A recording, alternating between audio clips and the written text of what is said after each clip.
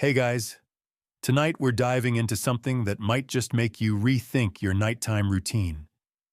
Imagine the soft flicker of candlelight in an ancient Greek home, the smell of herbs in the air, and the cool, peaceful silence that blankets the world as the day ends. You're probably already drifting off to sleep in your mind, but hold on, before you get too comfortable, there's something you should know. You're about to step into the mind of Socrates, who believed that sleep came from inner peace. Yeah, that's right. In ancient Greece, sleep wasn't just about exhaustion, it was about achieving peace of mind, something you might not expect from a philosopher who spent most of his days debating in the streets. So, before you get comfortable, take a moment to like the video and subscribe, but only if you genuinely enjoy what I do here. And hey, drop your location and the local time in the comments. I'm curious to know where you're all tuning in from. Now, dim the lights, maybe turn on a fan for that soft background hum, and let's ease into tonight's journey together. Socrates, the famed Greek philosopher, often discussed sleep in his dialogues, weaving it into his larger thoughts on peace and the nature of the soul. For him, sleep wasn't merely a biological necessity. It was a reflection of inner harmony. Socrates didn't just see sleep as an escape from the stresses of the day. No, he viewed it as a state of balance, something that couldn't be achieved unless your mind was at peace. Picture that now. In the midst of his constant philosophical debates, Socrates would often remind his followers that true sleep could only happen when the mind was free from turmoil. It wasn't just about the lack of noise. It was about achieving that inner calm, that serenity that allowed the body to rest fully. While you might think of sleep as just something that happens when you're tired, Socrates went a step further. He believed that, much like everything in life, sleep was a form of art, a reflection of how well you balanced your mind and body. And when your thoughts were chaotic, sleep was simply out of reach. Can you imagine that? The idea that in order to sleep soundly, you'd need to be at peace with yourself, with the world around you, and even with the cosmos itself. But as you settle into your bed tonight, remember, even Socrates needed to sleep, just like everyone else. After all, philosophers, too, need their rest. You probably thought that sleep was just a natural part of life, something that happens when your body hits its limit. But in ancient Greece, it wasn't just about exhaustion. It was tied to something much deeper. Socrates wasn't the only one who had an interesting take on sleep. There was Hypnos, the god of sleep, and his fascinating, otherworldly role in the mythological cosmos. Hypnos wasn't just a god you called on when you were tired. No, he ruled over the very essence of sleep itself, guiding both mortals and gods into a state of peaceful slumber. In fact, he was so powerful that even the mighty gods of Mount Olympus weren't exempt from his influence. You can almost picture him gently waving his hand, and suddenly, everything falls into a deep, restful quiet. But Hypnos didn't just have a sleepy, relaxing side. He had a dark twin. His brother, Thanatos, was the god of death, and together they made a striking pair. While Hypnos brought peaceful rest, Thanatos brought the eternal sleep, the one that came at the end of life. Some historians still argue whether the ancient Greeks viewed sleep and death as similar, or if they were starkly different. What's clear, however, is that sleep had a profound connection to the final journey of the soul. In this mythological world, sleep wasn't just a temporary state of rest. It was a doorway to something greater, perhaps even the afterlife. The idea that sleep could be a bridge between life and death was widespread in ancient Greek beliefs. Imagine lying there, in your bed, slowly drifting off, and knowing that Hypnos, the god of sleep, could be there with you, lulling you into that restful oblivion.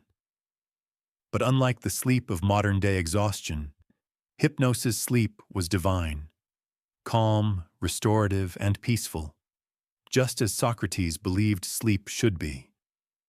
If you could just quiet your mind enough, maybe you could slip into this kind of sleep, that peaceful state that connects you to the divine. In fact, the Greeks thought so highly of sleep that they often made offerings to Hypnos.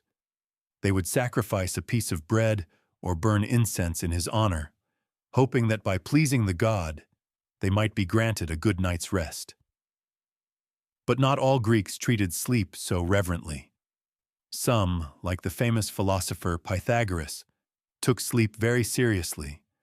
So seriously, in fact, that he practiced dream incubation, a ritual where people would sleep in sacred temples and hope to receive prophetic dreams.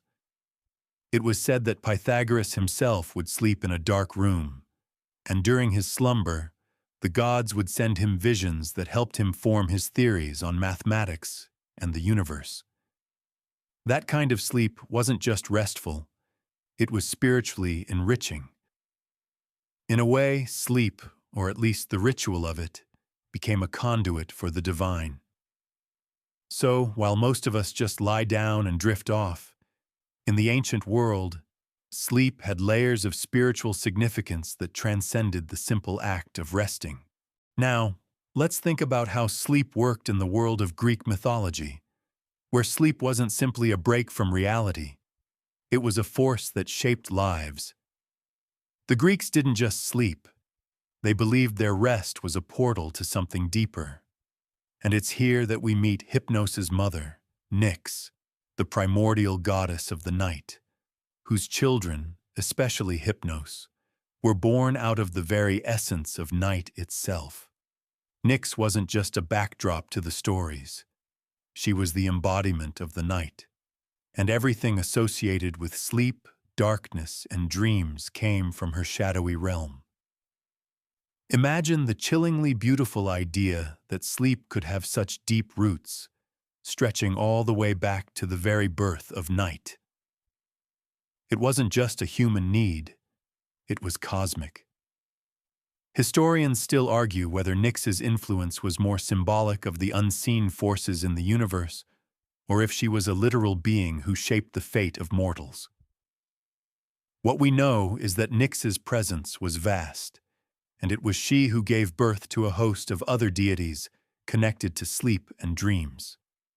These children included Thanatos, the god of death, and Hypnos, of course, but also other figures like Morpheus, who could shape dreams and appear in the guise of loved ones, and Oneiroi, the spirits who controlled different types of dreams.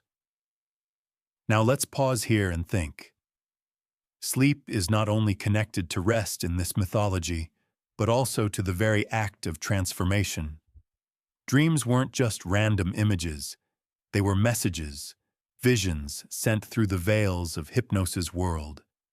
In ancient Greece, sleep wasn't just about shutting down, it was about connecting with something bigger, a state where the divine and mortal realms met. People didn't just seek sleep for relief from fatigue, but for visions, answers, and sometimes even guidance from the gods. Can you imagine drifting off to sleep and hoping that the gods would send you a dream, a prophecy, or a bit of wisdom? For many in ancient Greece, that wasn't just a dream, it was a nightly possibility. But let's not get too carried away. Not all dreams were comforting. Some, as we'll see in later stories, were harrowing and prophetic in the worst ways. Sleep, like life itself, had its shadows. Think about the dreams that weren't just pleasant visions, but nightmares or visions of death. Those moments when the boundary between the dream world and reality became dangerously thin. The ancient Greeks believed that such dreams could be omens, foretelling doom or marking significant changes in the lives of those who experienced them. While you're here, Tucked into bed, it's easy to think of sleep as a purely peaceful affair. But in the world of Hypnos and Nyx, it was also a place where the fate of heroes, gods, and ordinary mortals was decided. So as you settle into your own bed tonight, remember that while you may be seeking rest, the ancient Greeks viewed sleep as a kind of doorway, one that could lead you into realms where fate and dreams collided. Let's take a moment to dive into something a bit more quirky. The ancient Greeks had some interesting, sometimes downright strange, rituals to induce sleep. Forget about your usual bedtime routine of warm tea or white noise. In ancient Greece, people would often turn to more elaborate methods to help guide them into the arms of Hypnos. One of the most fascinating practices was the art of dream incubation. Now, dream incubation wasn't just about tossing and turning until you fell asleep. It was a sacred, almost mystical procedure. People would sleep in temples dedicated to Asclepius, the god of healing, hoping that they would receive divine guidance in their dreams. But it wasn't a random act. This was part of an ancient ritual where worshippers would pray, offer sacrifices, and prepare their minds for what was to come in the dream world. Historians still argue whether this dream incubation was purely psychological, a kind of ancient self-hypnosis, or if people truly believed the gods were sending them messages. Either way, it was a fascinating aspect of sleep in ancient Greek culture. Imagine lying on a stone floor in a dark, candlelit temple, your mind focused on one single request: to receive guidance in your sleep. It's like the ancient version of a bedtime wish, except instead of hoping for a dream about your favorite celebrity, you were hoping for a vision of health, wisdom, or even a cure for ailments. People believed that through these rituals, sleep was not just an escape, but a gateway to divine intervention. But what about the darker side of sleep? Yes, sleep could also be a place of terrifying visions. In some stories, Hypnos' realm wasn't always the peaceful, restorative place we often imagine. Take, for example, the Oneiroi, the dream spirits, who could bring dreams that were anything but comforting. These spirits had the power to either soothe or torment the dreamer. In fact, they were capable of sending nightmares so vivid and intense that they could drive a person mad. Some stories tell of the Oneiroi carrying dreams of horror and dread, turning what should have been a peaceful respite into an ordeal. Now that's a bit of a departure from our own bedtime routines, right? Today, if we have a bad dream, we might simply shake it off and roll over. But in the ancient world, the effects of a bad dream could linger, believed to have a significant impact on the day ahead, or even on the course of one's life. Imagine waking up from a nightmare so powerful that you couldn't shake the sense of doom it brought with it. That wasn't just a bad night's sleep. It was a warning, a message, a glimpse into the future. The ancient Greeks didn't just sleep. They believed they could gain wisdom, foresee future events, and even change the course of their lives while they slept. So, as you settle down for the night, think about the ancient Greeks and their unique view of sleep. While you might just be trying to get a good night's rest, they were entering a world full of gods, spirits, and dreams that could alter their very destinies. And let's be honest, if you could choose between counting sheep and receiving divine guidance in your sleep, which would you prefer?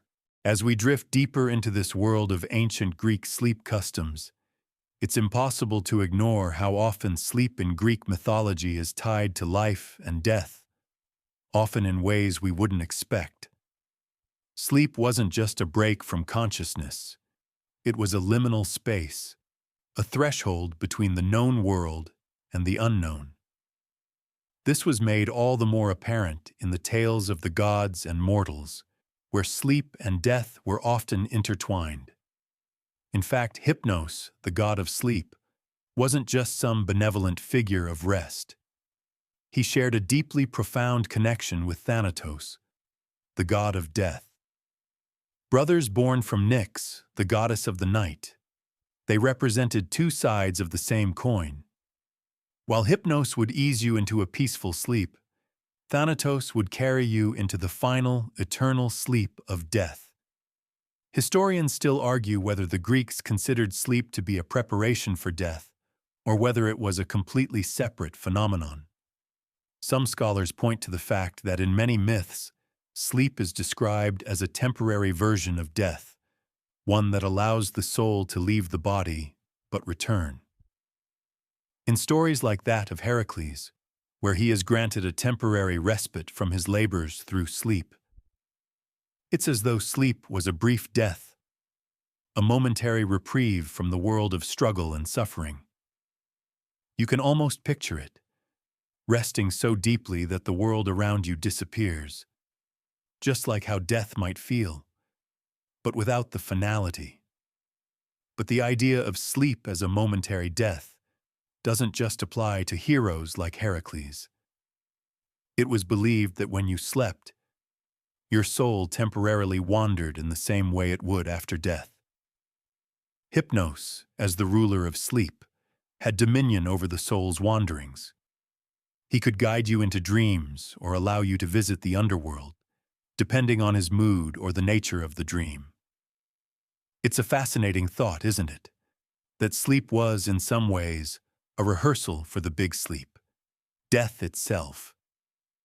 And yet, while sleep brought rest and rejuvenation, it also carried the potential for profound transformation. Now, if sleep and death were so closely linked in Greek thought, it makes sense that the Greeks would treat their sleeping rituals with such reverence. Sleep wasn't just about putting your body into rest mode. It was a sacred process, one that connected you with the divine, with death, and with the soul's journey. The rituals we've already discussed, dream incubation, offerings to Hypnos, and sleeping in temples, weren't just about ensuring a good night's rest. They were about preparing the soul for its journey, whether in sleep or in the afterlife. Sleep wasn't just a way to escape the world. It was a way to connect with something greater. But let's not forget the more playful side of sleep in Greek mythology. There were the gods, after all, who weren't all as serious as Hypnos and Thanatos. The gods of Mount Olympus, those powerful, often capricious beings, were not immune to the effects of sleep. In fact, many times in myth, the gods themselves would succumb to the pull of sleep, proving that no one, mortal or immortal, could escape the influence of Hypnos. Even Zeus, the mighty king of the gods, was occasionally caught in his slumber, powerless to stop the chaos unfolding in the mortal realm.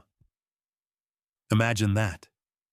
The god who could hurl lightning bolts and control storms, utterly powerless in the face of sleep.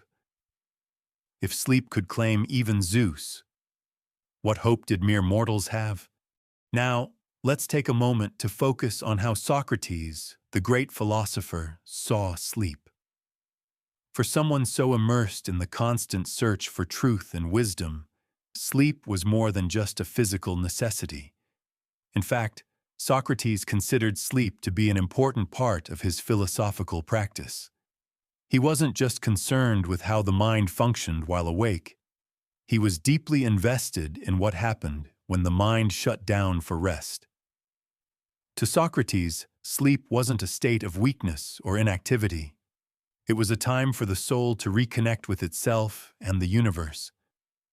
It's almost as if he believed that sleep was a chance for the mind to reset, to shed its earthly concerns, and to return to a state of pure, untroubled thought. Historians still argue about Socrates' thoughts on sleep, whether he saw it as a time to distance oneself from the body and reach a higher state of awareness, or if he simply considered it a necessary biological function. One thing's clear. For Socrates, the ability to sleep soundly and peacefully was a reflection of one's inner peace. If your mind was restless, full of worries and unresolved debates, sleep would be elusive. But when your thoughts were in harmony, sleep came easily. So, in a sense, Socrates' philosophy about sleep can be seen as part of his broader belief in the importance of self-discipline, self-examination, and balance. Picture it.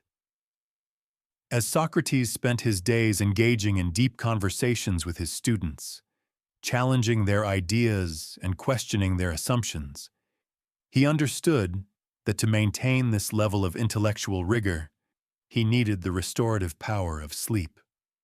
But his approach to sleep wasn't just about physical rest.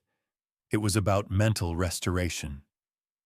In fact, Socrates was known to say that only when the mind is at peace can the body truly rest. The soul, as he viewed it, was the key to peaceful sleep. If you didn't have inner peace, your mind would wander, and you would be left tossing and turning, struggling to find rest.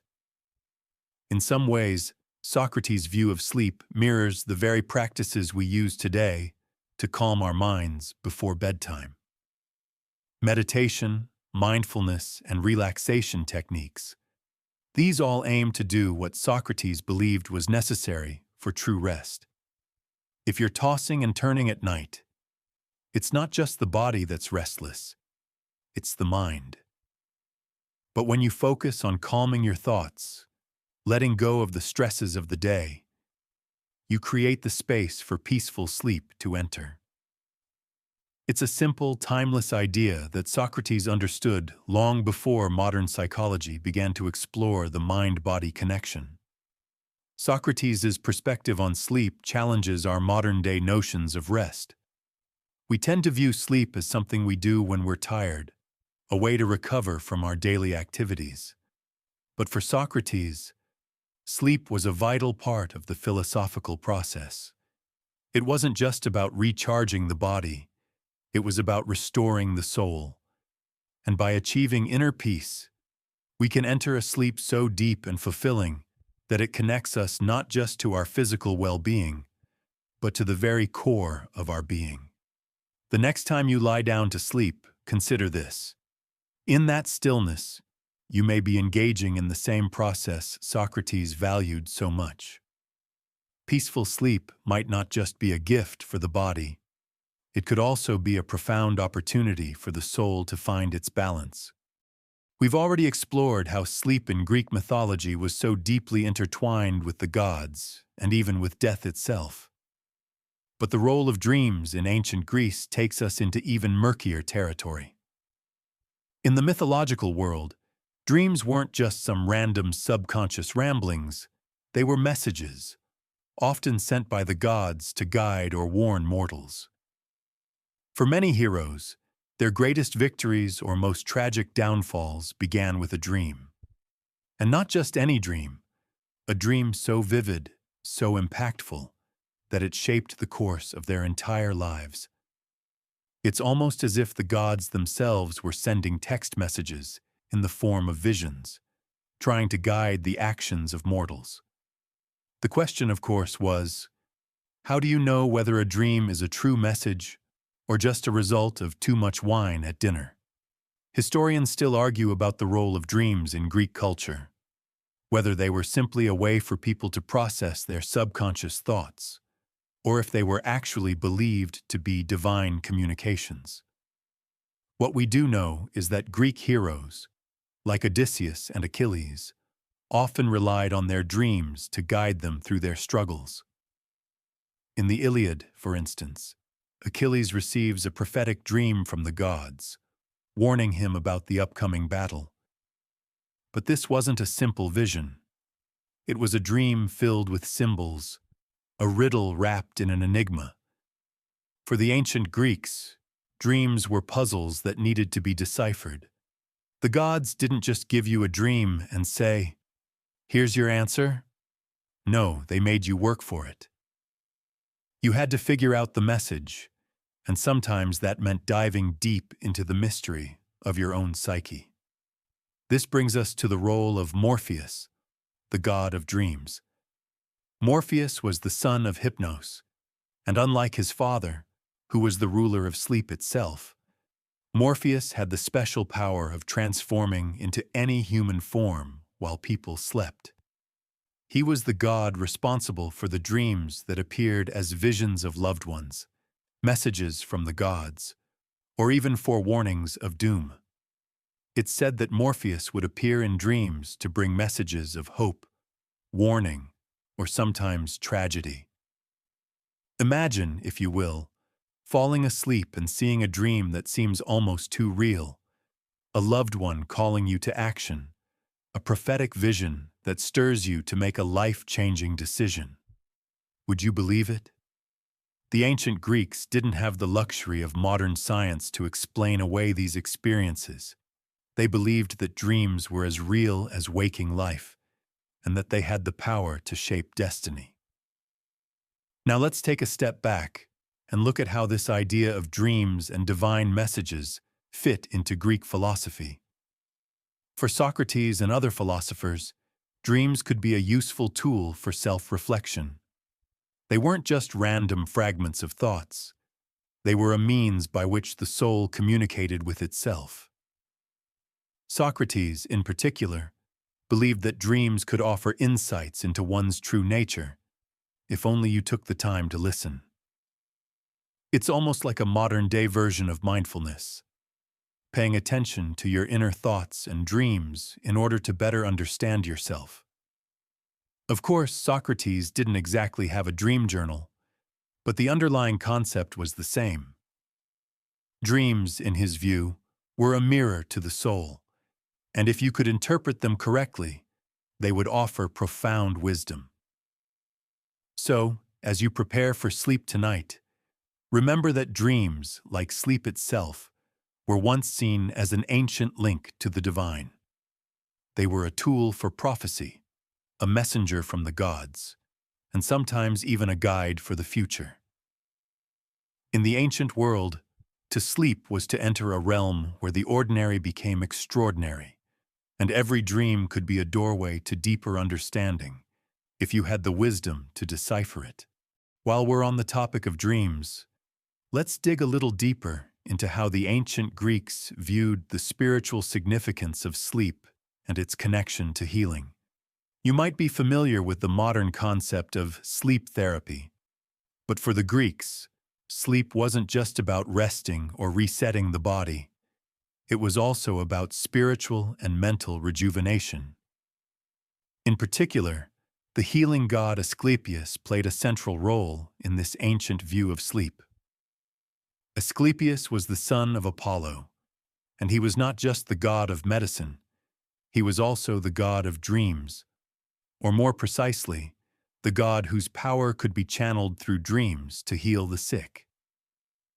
Historians still argue about whether Asclepius's influence was symbolic of a more holistic approach to health, or if the ancient Greeks really believed that divine intervention through dreams could cure illnesses. Regardless, the Greeks had sacred temples dedicated to Asclepius, where people would go to seek cures for their ailments, both physical and mental. These temples, called Asclepius sanctuaries, weren't just places of prayer. They were centers of healing, where patients would sleep in the hope of receiving a healing dream from the god himself. In fact, the practice of dream incubation was taken to another level here. People didn't just fall asleep hoping for divine guidance. They actively participated in rituals and ceremonies to increase their chances of receiving a dream from Asclepius. Imagine, then, that you're lying on a stone slab in a dimly lit, sacred temple, your body weary from illness, but your heart full of hope. You're surrounded by the scent of incense, the soft murmur of prayer, and the flickering glow of oil lamps.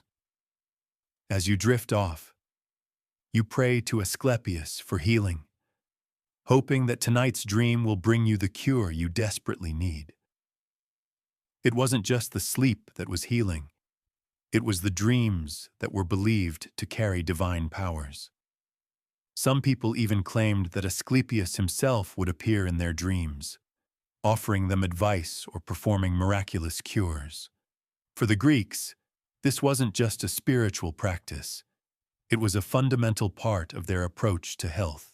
This unique combination of sleep, spirituality, and healing was so important in Greek culture that many temples were built near healing waters or natural springs, reinforcing the idea that sleep and rest were connected to the earth itself.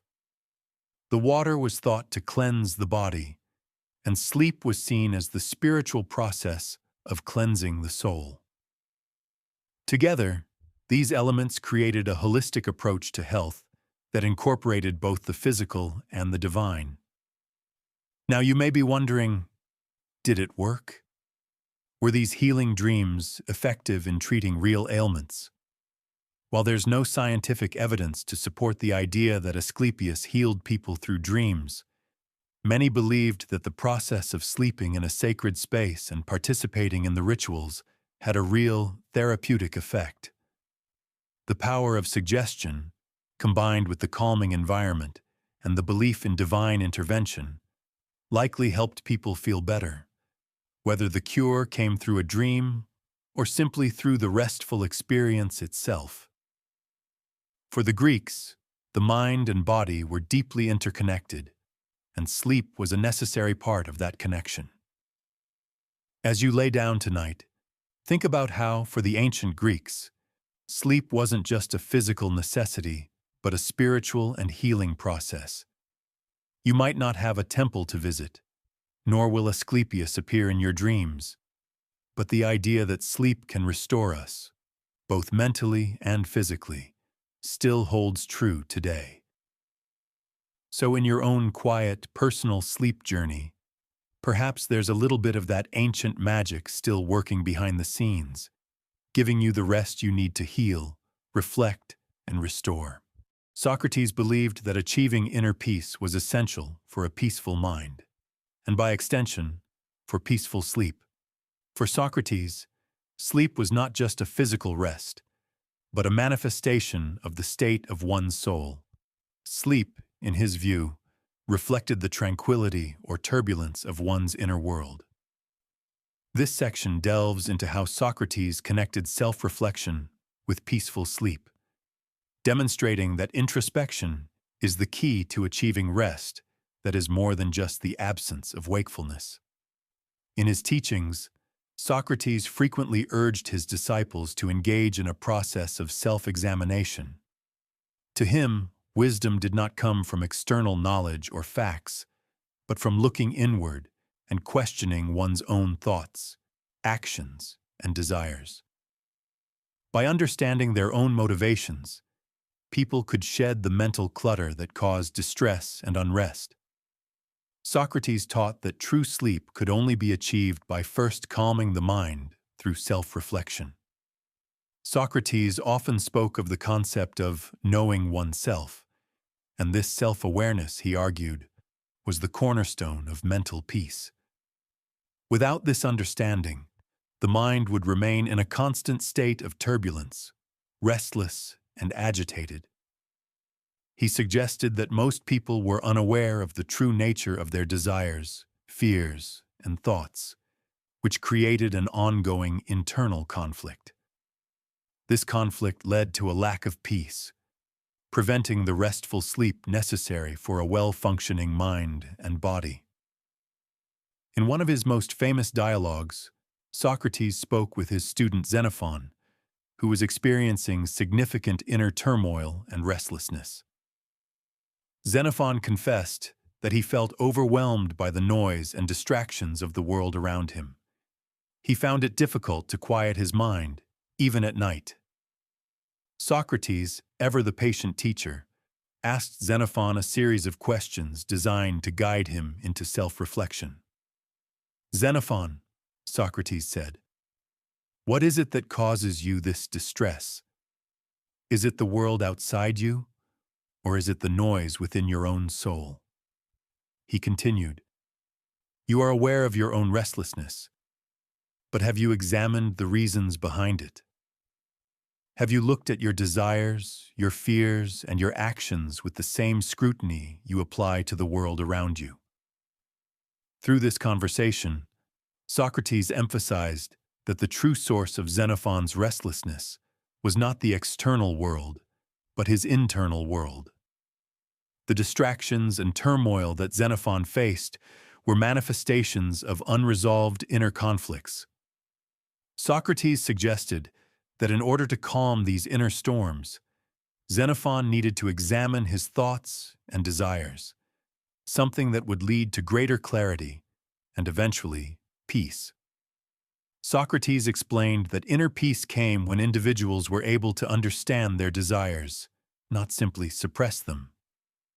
He encouraged Xenophon to take time each day to reflect on his actions, to understand why he felt the way he did, and to confront his emotions instead of avoiding them. Socrates believed that by doing this, one could reduce the mental noise that often kept the mind restless and unprepared for sleep. This process of self-examination, according to Socrates, was not an easy one. It required courage to confront the truths within oneself, especially those parts that were uncomfortable or difficult to face. But for Socrates, this was the only way to attain peace. He argued that people often avoided self-examination because they feared what they might discover about themselves. However, by embracing this discomfort, one could cultivate a deeper sense of peace, which would eventually lead to restful sleep. Socrates illustrated this point further by drawing an analogy between the mind and a stormy sea. Imagine, he said to Xenophon, that your mind is like the surface of a sea. When the sea is stormy, it is difficult to navigate, but when the sea is calm, you can see clearly. In the same way, when your mind is agitated, sleep will elude you. But when your mind is at peace, sleep will come naturally. He explained that the mind, like the sea, needed time to settle. Just as a stormy sea could be calmed by allowing it to settle over time, so too could the mind be calmed by regular reflection and introspection. Socrates suggested that it was not enough to simply try to ignore the inner noise. One had to actively address it. Self-reflection, he argued, was like the calming of the sea. It allowed the mind to become still, creating the conditions for deep, restorative sleep. This idea of self-examination as a path to mental peace and sleep was something that Socrates shared with his students regularly. He believed that, through introspection, one could learn not only about their desires, but also about their motivations, fears, and beliefs. By understanding these aspects of the self, an individual could free themselves from the emotional turbulence that prevented them from achieving peace. The dialogue between Socrates and Xenophon concludes with Socrates offering a final piece of wisdom. You will find that when you know yourself, you will no longer be disturbed by the world around you. The mind at peace is like a still lake, reflecting the beauty of the world without distortion. It is only when the mind is disturbed that the reflection is unclear, and sleep, like the peaceful lake, becomes elusive. This closing thought encapsulates Socrates' philosophy on sleep. To him, sleep was not simply a time to rest the body, it was a time for the mind to find peace. And this peace, he believed, could only come through self-examination. By understanding one's own mind, desires, and fears, individuals could calm the inner storms that disrupted their peace and, in turn, their sleep. Socrates left his followers with the understanding that the journey to peaceful sleep was not just about external conditions, but about achieving mental and emotional clarity through the practice of self-reflection. As the section concludes, Socrates encourages his disciples to make self-examination a daily practice, not as a means of achieving sleep, but as a means of living a life of clarity, peace, and wisdom. Sleep, he believed, would come naturally when the mind was free of turmoil, and this peace could only be achieved through understanding the true nature of the self. Socrates believed that mental clarity was a cornerstone of inner peace, which in turn facilitated restful sleep. The process of clarifying one's thoughts and emotions was, in Socrates' view, an essential practice for achieving tranquility. He argued that the more one understood their own mind, the less susceptible they would be to the distractions and chaos of the outside world. This section delves into how mental clarity contributes to a peaceful state of being, which naturally leads to a deeper, more restorative sleep. For Socrates, mental clarity wasn't just about having clear thoughts. It was about understanding the underlying motives behind one's actions and emotions. He often spoke about the importance of examining one's life through a philosophical lens. Only by confronting the complexities of our desires and motivations could we achieve true mental clarity. This clarity, once attained, allowed the mind to enter a peaceful state, free of agitation and confusion. In Socrates' view, without this clarity, sleep would remain elusive, as a troubled mind could never truly rest. The process of clarifying one's thoughts, however, was not a passive endeavor. Socrates encouraged his students to be active participants in their own self-understanding. "Do not let your thoughts drift aimlessly," he would say. "You must take control of your mind, like a ship's captain steering his vessel through a storm. Without direction, the mind will be tossed about by its own confusion." Socrates believed that by taking the time to carefully examine and understand one's thoughts, an individual could bring about a greater sense of order and balance in their life. Mental clarity, Socrates argued, was the result of consistent, honest self-examination. This was not a process that could be rushed or skipped. True clarity came from confronting one's emotions and desires with honesty and understanding. It required a willingness to question long-held beliefs and assumptions about oneself, the world, and others. Only by doing so could one clear away the mental fog that often clouds our thinking. Socrates also recognized that mental clarity was directly tied to the ability to live an ethical life. He believed that when we align our actions with our deepest values and beliefs, our minds become free of internal conflict. For example, if we live in accordance with what we believe to be good and just, we experience a sense of peace and coherence within ourselves. This peace, in turn, extends to all areas of our lives, including our ability to sleep peacefully at night. As Socrates explained to his disciples, mental clarity also had a profound impact on our ability to face challenges. Life is filled with uncertainties, temptations, and difficulties. But when our minds are clear and our beliefs are grounded in wisdom, we are better equipped to deal with the inevitable turbulence of life. Rather than being overwhelmed by these challenges, a clear mind can navigate through them with calm and assurance.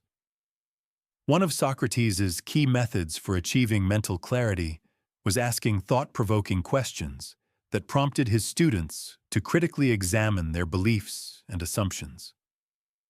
Through these dialogues, Socrates guided his followers toward deeper self-awareness and understanding. The more a person questioned and examined their own thoughts, the clearer their mind became. In turn, this clarity allowed for a more peaceful existence, and consequently, better sleep. A crucial element of mental clarity was also the ability to silence unnecessary noise, both external and internal. Socrates understood that in a world full of distractions, it was easy for the mind to become overwhelmed. The key, he suggested, was to deliberately quiet the mind and focus on what was truly important. "The world is full of noise and distractions," Socrates remarked. "But it is only when we quiet the storm within ourselves that we can hear the still voice of wisdom." This metaphor of silencing the inner noise was central to Socrates' teachings. It was a powerful reminder that peace could not be achieved by simply escaping the external world, but by addressing the turmoil within. Socrates also emphasized the importance of a balanced life in maintaining mental clarity. In his view, a life that was too focused on one aspect, whether it be pleasure, work, or material success, would lead to imbalance, which in turn created confusion and unrest. He taught his followers that they must strive for balance in all areas of their lives, ensuring that no one aspect dominated their thoughts and actions. A balanced life, he believed, would naturally lead to a clear mind, free of the chaos that often interferes with peaceful sleep. In one of his dialogues, Socrates spoke of the importance of moderation, saying, "Excess in any form disrupts the harmony of the soul." By avoiding extremes, whether in pleasure, anger, or ambition, individuals could maintain a balanced, clear mind. This clarity, Socrates taught, was essential not only for living a virtuous life, but also for achieving a peaceful, restorative sleep. Socrates also warned against the dangers of self-deception. He argued that many people deceive themselves into believing they are at peace when, in fact, they are plagued by unresolved emotions and desires. True clarity, Socrates believed, came from facing the truth about oneself, no matter how uncomfortable or difficult it might be. It is better to face the truth, he said, even if it brings discomfort, than to live in false peace. This clarity allowed the individual to let go of the inner turmoil that prevented restful sleep, creating the mental space needed for true rest.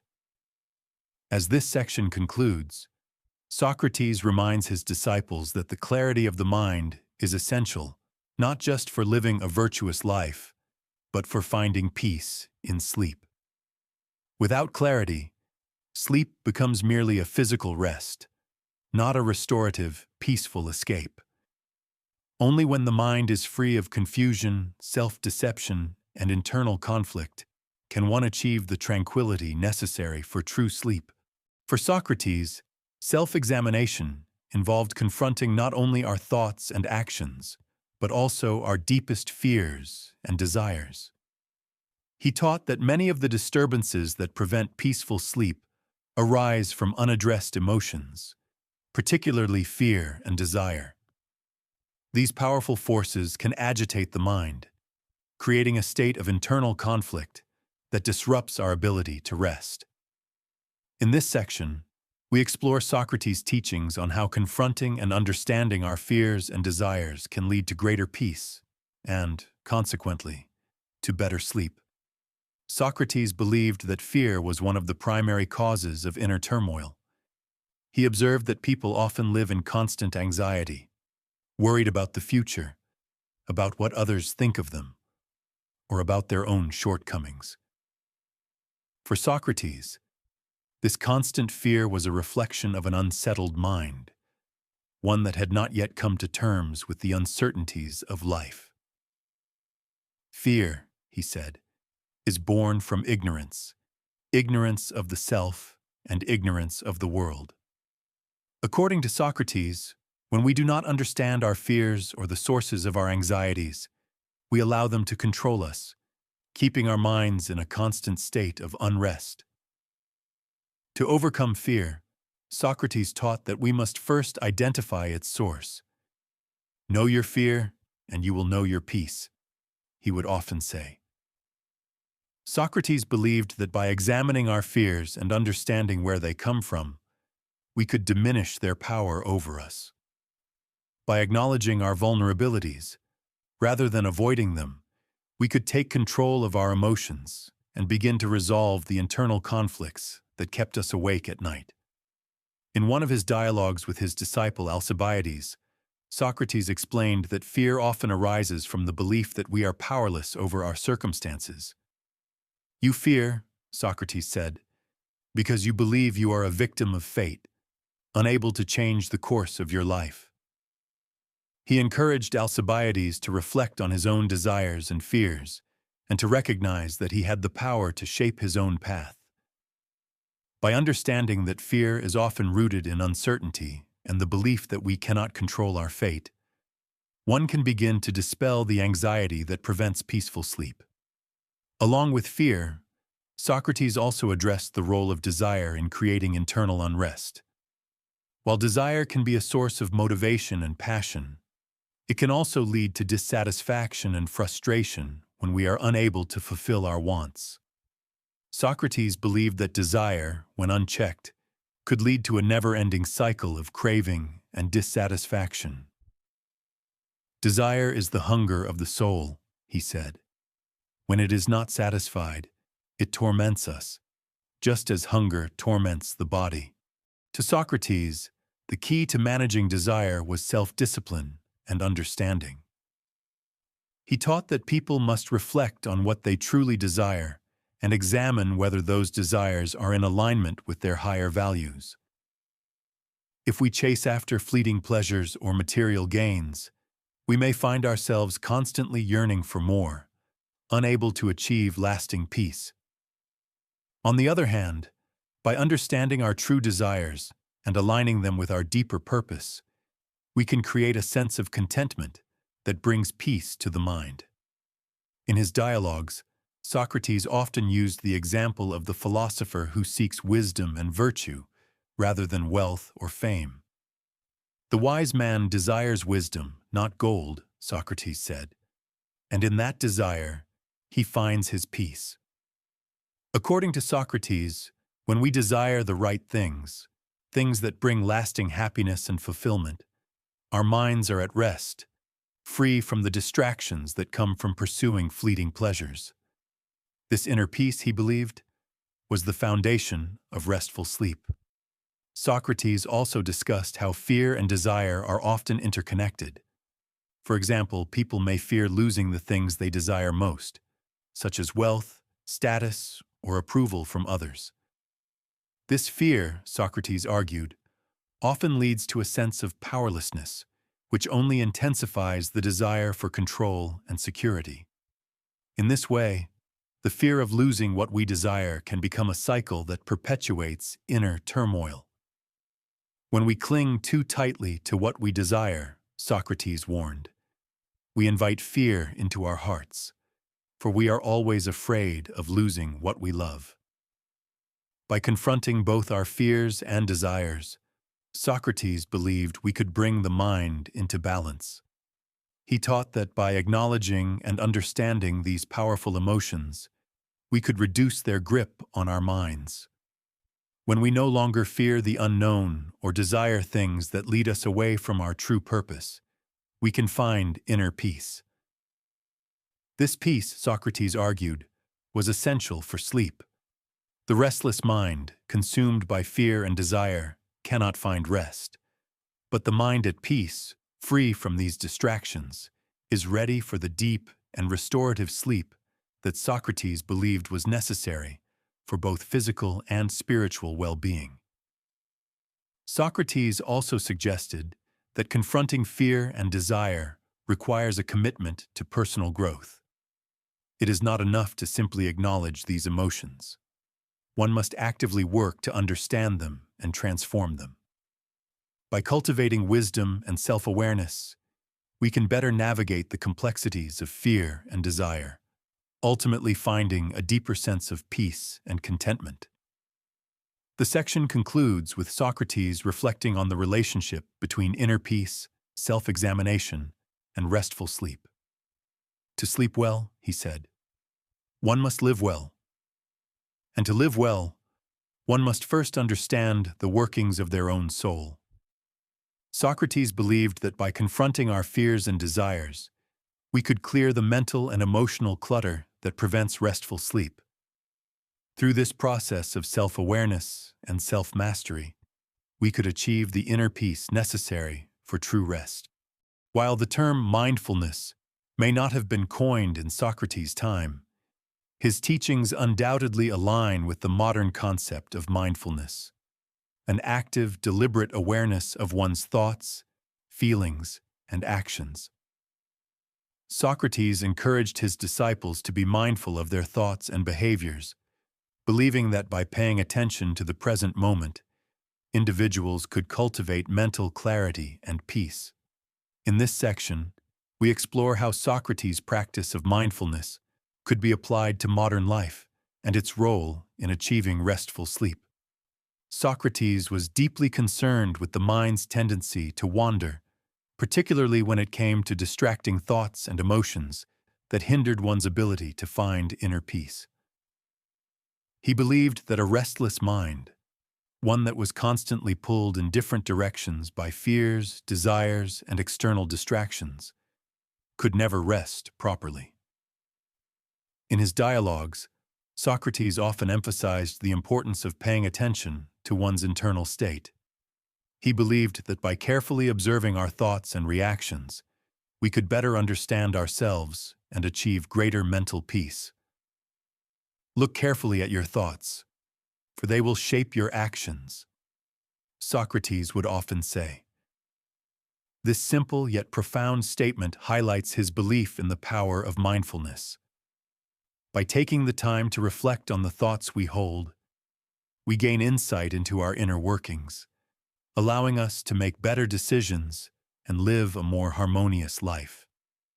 Socrates believed that by being mindful of our inner dialogue, we could avoid the mental noise that keeps us from achieving restful sleep. Mindfulness, according to Socrates, involved not only an awareness of our thoughts, but also an awareness of our actions. He argued that our actions are often influenced by unconscious thoughts, desires, and fears. By observing our behavior, we can identify patterns that lead to inner conflict. For example, a person who consistently acts out of fear or desire may unknowingly contribute to their own restlessness. Socrates taught that by cultivating mindfulness, we could break free from these automatic patterns and choose actions that promote peace and well-being. The practice of mindfulness, Socrates suggested, could be particularly powerful when it came to handling external distractions. In the busy world of Athens where Socrates lived, people were often caught up in the hustle and bustle of daily life. Socrates recognized that the external world could be overwhelming, and he encouraged his disciples to maintain their inner peace despite the chaos around them. By focusing on the present moment and being mindful of their internal state, individuals could maintain clarity and avoid becoming overwhelmed by external events. In one of his conversations with Plato, Socrates spoke about the importance of maintaining focus in the face of distraction. The mind, he said, is like a horse pulling a chariot. If the reins are loose, the horse will run wild. But if the reins are held firm, the chariot moves in the direction you choose. This metaphor emphasizes the idea that mindfulness is the key to controlling the mind. By focusing on the present moment and being aware of our thoughts and feelings, we can direct our minds toward peace, rather than allowing them to be pulled in all directions.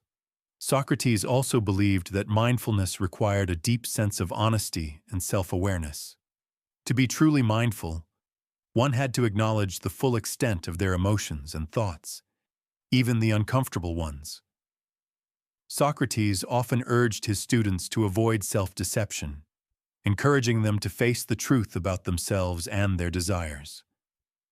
It is only by facing the truth that you can free yourself from the chains of ignorance, Socrates said. This honesty, he believed, was essential for achieving inner peace. Only by acknowledging the full range of our thoughts and feelings could we begin to understand their influence on our behavior and ultimately, our sleep.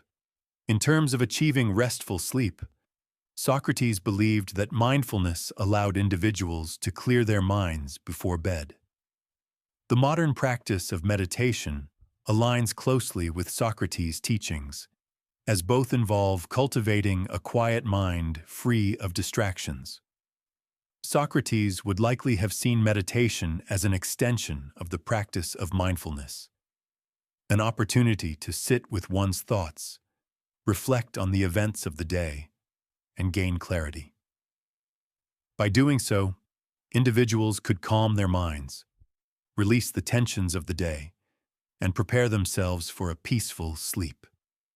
Socrates believed that mental clarity was not something that could be achieved overnight. Like any practice, mindfulness required time, effort, and consistency. He often compared the cultivation of the mind to the care of a garden. The garden does not bloom overnight, Socrates said. It takes constant care and attention to ensure that the weeds of ignorance do not overrun it. In the same way, Socrates argued, one of the key aspects of Socratic mindfulness was its connection to virtue. For Socrates, mindfulness was not just a technique for calming the mind. It was an essential part of living a virtuous life. To be truly virtuous, one had to be aware of their actions and intentions at all times. This awareness would allow them to act in accordance with their highest values and live a life of integrity. In turn, a life lived in alignment with virtue was a life of inner peace, a peace that Socrates believed was essential for achieving restorative sleep. The section concludes with Socrates reflecting on the role of mindfulness in achieving rest. He believed that, just as the body needs physical rest, the mind requires mental rest to function properly. Mindfulness, he suggested, was the key to achieving this mental rest. By being aware of our thoughts and actions, we create the conditions for a peaceful mind, which naturally leads to deep, restorative sleep. Socrates believed that while the external world played a significant role in shaping our experiences, it was ultimately the internal world, the mind, that governed our state of peace.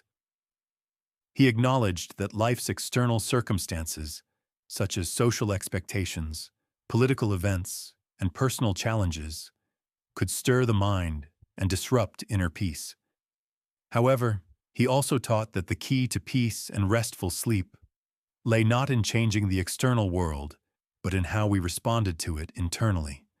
In this section, we explore how Socrates addressed the impact of external distractions and the role they played in achieving mental tranquility.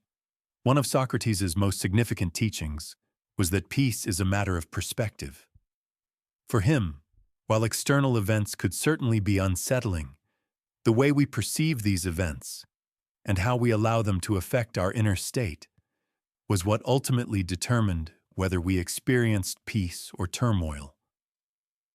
In his dialogues, Socrates often reminded his disciples that it was not the external world that disturbed the soul, but the soul's reaction to the world. The world outside you is beyond your control, he would say, but the mind within you is yours to govern.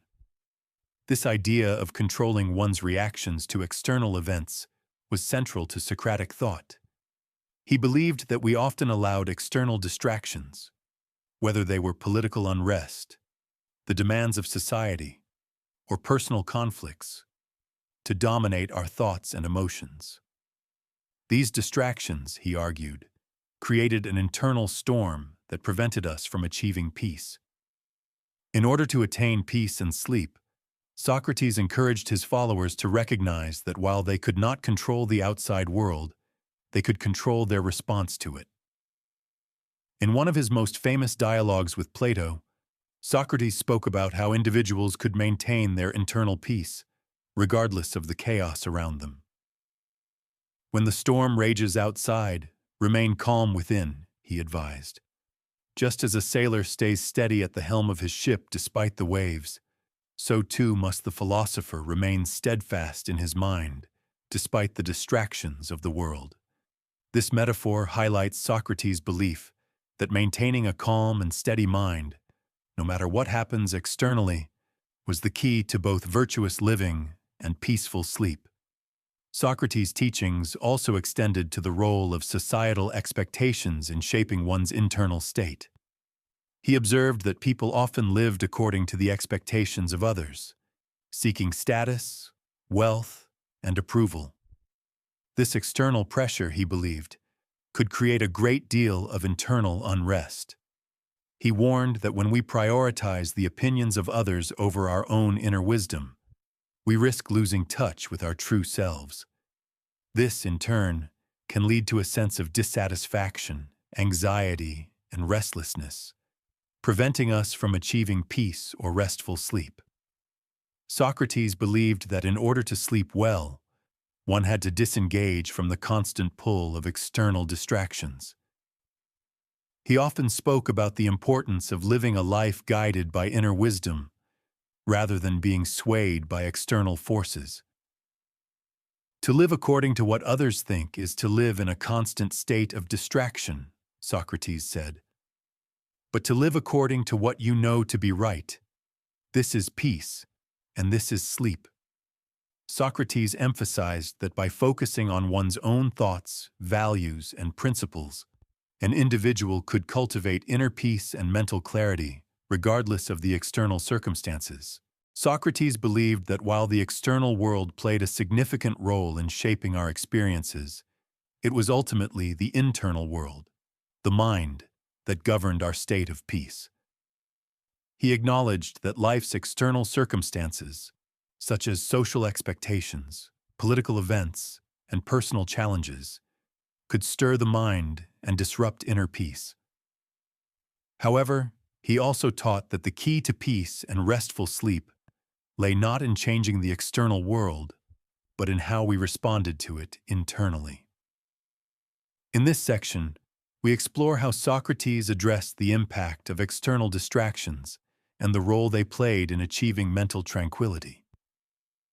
One of Socrates' most significant teachings was that peace is a matter of perspective. For him, while external events could certainly be unsettling, the way we perceive these events and how we allow them to affect our inner state was what ultimately determined whether we experienced peace or turmoil. In his dialogues, Socrates often reminded his disciples that it was not the external world that disturbed the soul, but the soul's reaction to the world. The world outside you is beyond your control, he would say, but the mind within you is yours to govern. This idea of controlling one's reactions to external events was central to Socratic thought. He believed that we often allowed external distractions, whether they were political unrest, the demands of society, or personal conflicts, to dominate our thoughts and emotions. These distractions, he argued, created an internal storm that prevented us from achieving peace. In order to attain peace and sleep, Socrates encouraged his followers to recognize that while they could not control the outside world, they could control their response to it. In one of his most famous dialogues with Plato, Socrates spoke about how individuals could maintain their internal peace, regardless of the chaos around them. When the storm rages outside, remain calm within, he advised. Just as a sailor stays steady at the helm of his ship despite the waves, so too must the philosopher remain steadfast in his mind despite the distractions of the world. This metaphor highlights Socrates' belief that maintaining a calm and steady mind, no matter what happens externally, was the key to both virtuous living and peaceful sleep. Socrates' teachings also extended to the role of societal expectations in shaping one's internal state. He observed that people often lived according to the expectations of others, seeking status, wealth, and approval. This external pressure, he believed, could create a great deal of internal unrest. He warned that when we prioritize the opinions of others over our own inner wisdom, we risk losing touch with our true selves. This, in turn, can lead to a sense of dissatisfaction, anxiety, and restlessness, preventing us from achieving peace or restful sleep. Socrates believed that in order to sleep well, one had to disengage from the constant pull of external distractions. He often spoke about the importance of living a life guided by inner wisdom, rather than being swayed by external forces. To live according to what others think is to live in a constant state of distraction, Socrates said. But to live according to what you know to be right, this is peace, and this is sleep. Socrates emphasized that by focusing on one's own thoughts, values, and principles, an individual could cultivate inner peace and mental clarity regardless of the external circumstances. Socrates believed that the key to inner peace and restful sleep lay in the practice of self-examination. For him, the mind was like a garden that could easily become overrun with weeds if not regularly tended to. Through introspection and critical self-reflection, individuals could clear their minds of the clutter that interfered with mental tranquility and ultimately disrupts sleep. In this section, we explore how self-examination, according to Socrates, serves as a means to quiet the mind and achieve deeper peace. Socrates famously declared, "The unexamined life is not worth living." This statement underscores his belief that regular self-examination was essential for personal growth and inner peace. For Socrates, examining one's life was not just about identifying faults or mistakes. It was about gaining a deeper understanding of oneself, one's desires, thoughts, and emotions. Self-examination allowed individuals to see beyond surface-level distractions and uncover the root causes of their internal conflicts. By doing so, one could calm the turmoil within and create a peaceful, clear mind, ready for rest. In practice, Socrates encouraged his students to ask themselves profound questions. "Why do you desire what you do?" he would ask. "What motivates your actions? Do your desires align with your higher values, or are they driven by fleeting emotions and external pressures?" These questions, Socrates believed, were vital for self-understanding and peace. By reflecting on one's actions and emotions, individuals could identify areas of their lives that required change and growth. This process of self-discovery brought about clarity, helping to remove mental blocks and pave the way for tranquility and restful sleep.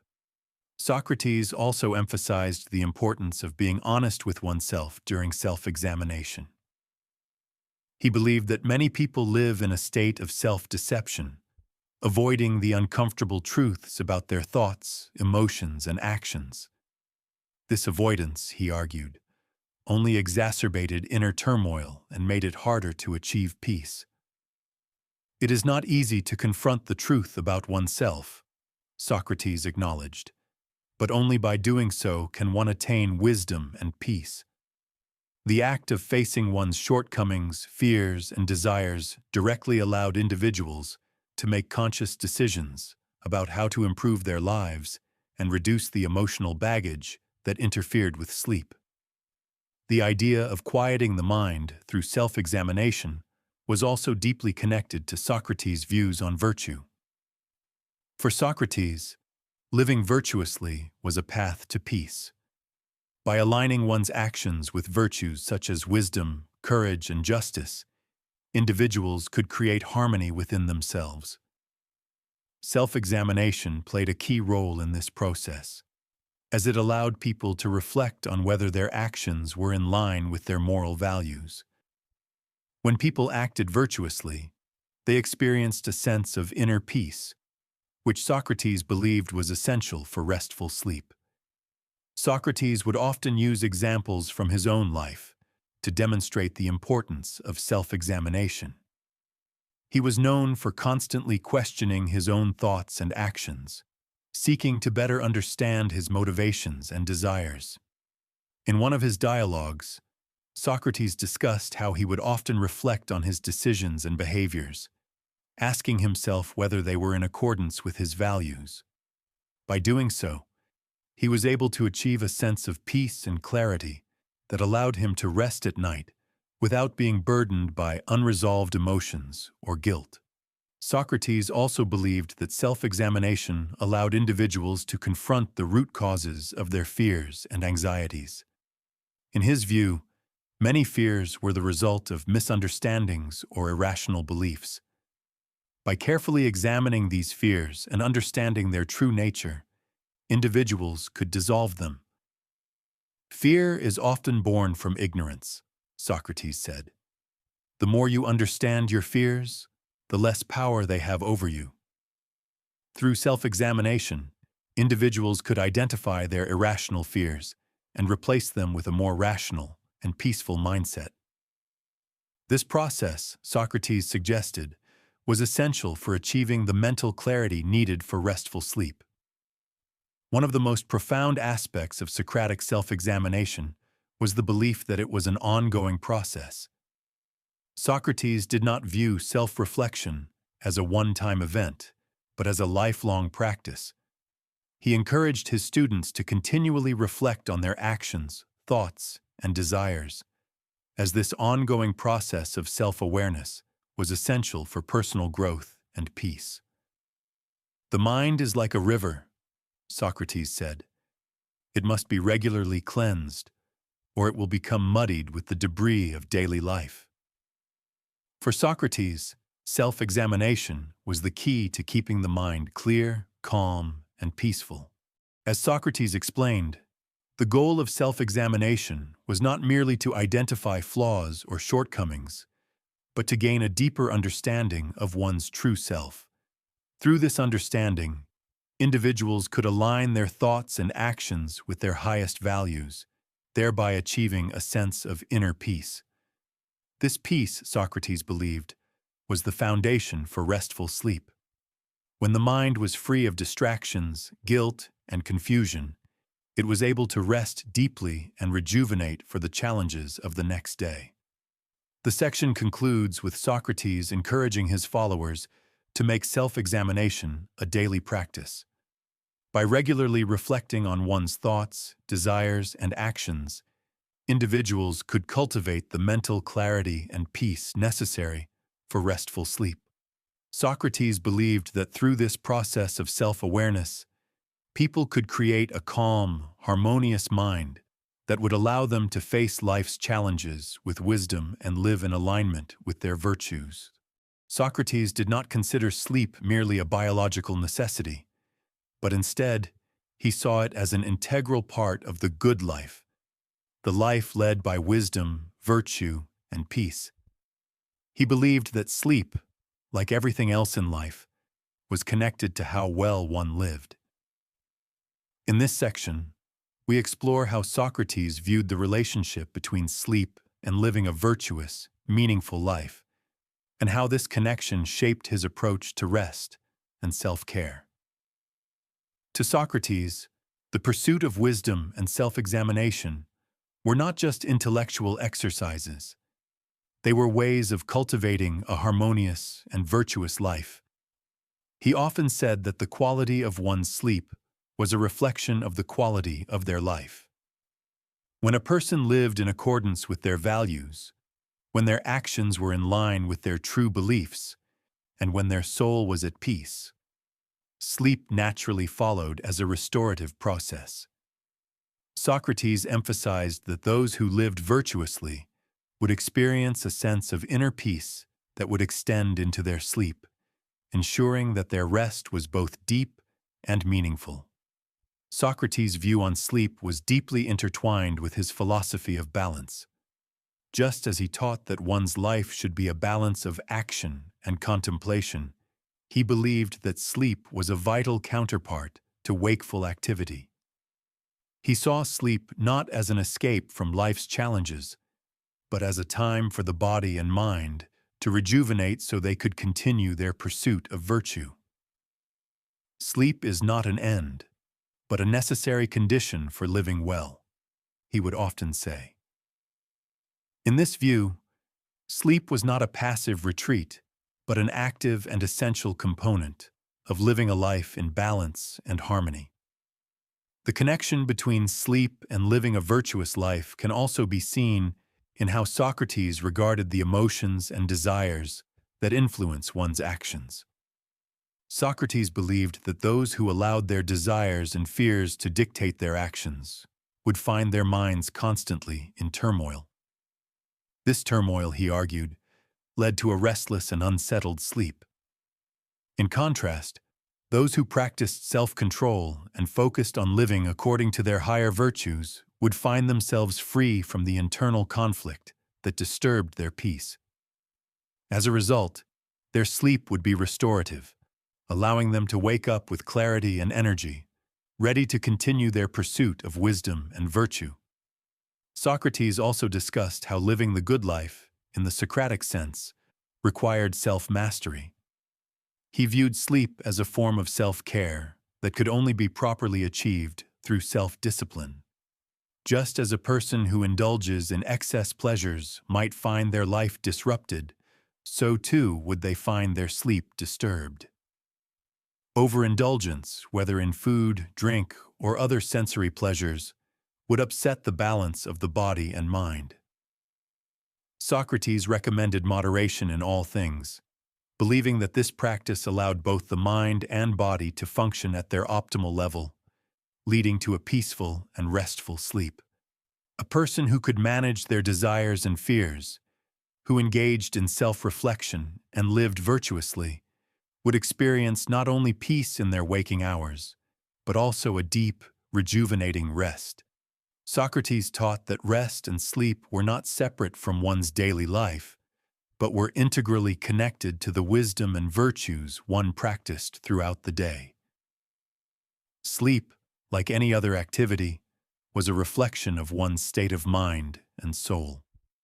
In one of his dialogues with Plato, Socrates used the metaphor of the health of the soul to describe the relationship between sleep and the good life. Just as a healthy body requires proper care, nourishment, and rest, he explained, so too does a healthy soul. When the soul is in harmony, when it is free from internal conflict, sleep is not just a relief from toil, but a restoration of its natural balance. This idea underscores how, for Socrates, sleep was not a break from life, but an extension of the philosophy of the good life, a life led by wisdom, virtue, and peace. Socrates also believed that the pursuit of wisdom was not an exhausting or draining endeavor, but one that contributed to the overall harmony of the individual. He would often suggest that the mind, like the body, needed rest to function optimally. Do not tire yourself with unnecessary worries, he advised, for when the mind is at ease, it is better able to focus on wisdom. This idea applied not only to intellectual work, but also to the need for proper sleep. Just as the body needed rest after physical exertion, so too did the mind need rest to process and integrate the wisdom gained throughout the day. In this section, we explore how Socrates viewed sleep as a tool for rejuvenating the body and mind, ensuring that individuals remained equipped for their philosophical and virtuous endeavors. Sleep was not a means of escaping the struggles of life, but an essential part of the cycle of self-care, allowing individuals to awaken each day refreshed and prepared to continue living in accordance with wisdom and virtue.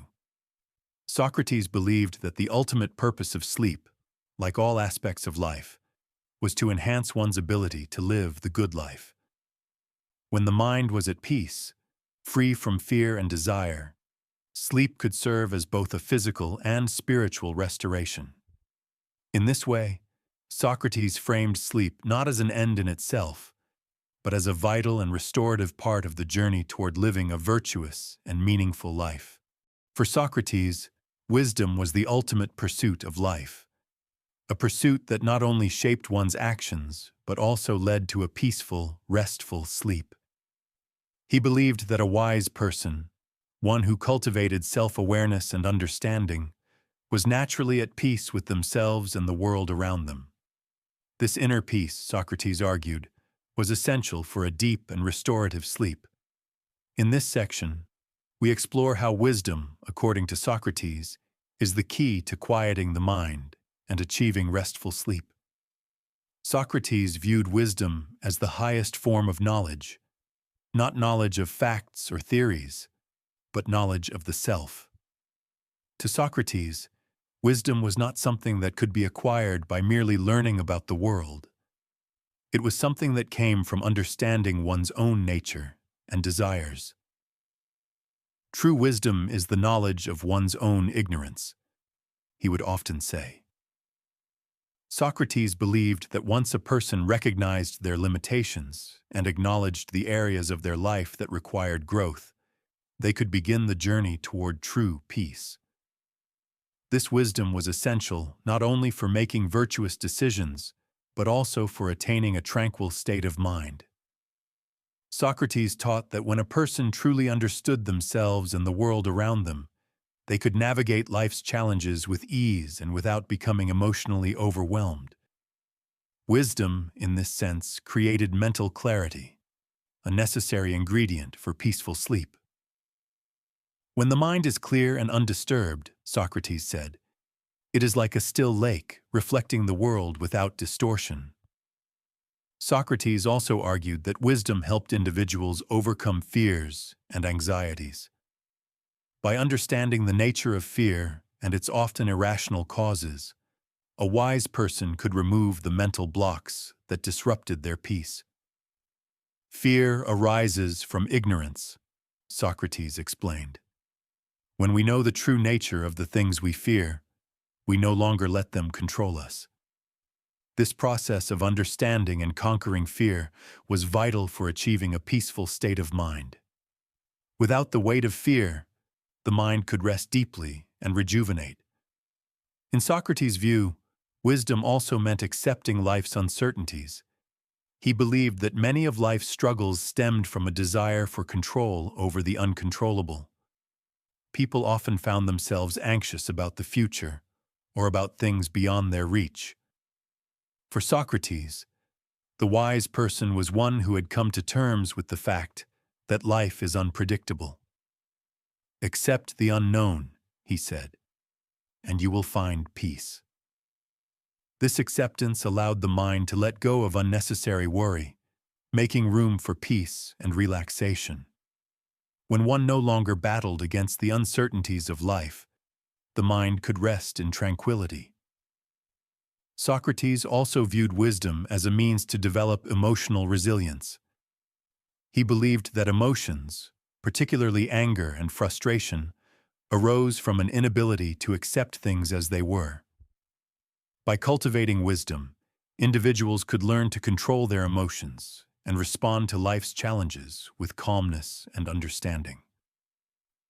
It is not events themselves that disturb us, Socrates remarked, but our judgment of them. This wisdom allowed individuals to move through life with equanimity, free from the emotional turbulence that often disrupts sleep. One of Socrates' primary methods of cultivating wisdom was through dialogue and questioning. He would engage in conversations with his disciples, constantly asking probing questions to help them uncover deeper truths about themselves and the world. These dialogues, known as the Socratic method, encouraged his followers to think critically and examine their beliefs. By questioning assumptions and seeking understanding, individuals could reach a higher level of self-awareness and ultimately wisdom. This wisdom, Socrates believed, was the key to achieving peace and restful sleep. Through his dialogues, Socrates demonstrated how wisdom allowed individuals to see the world clearly and act in ways that were aligned with their values.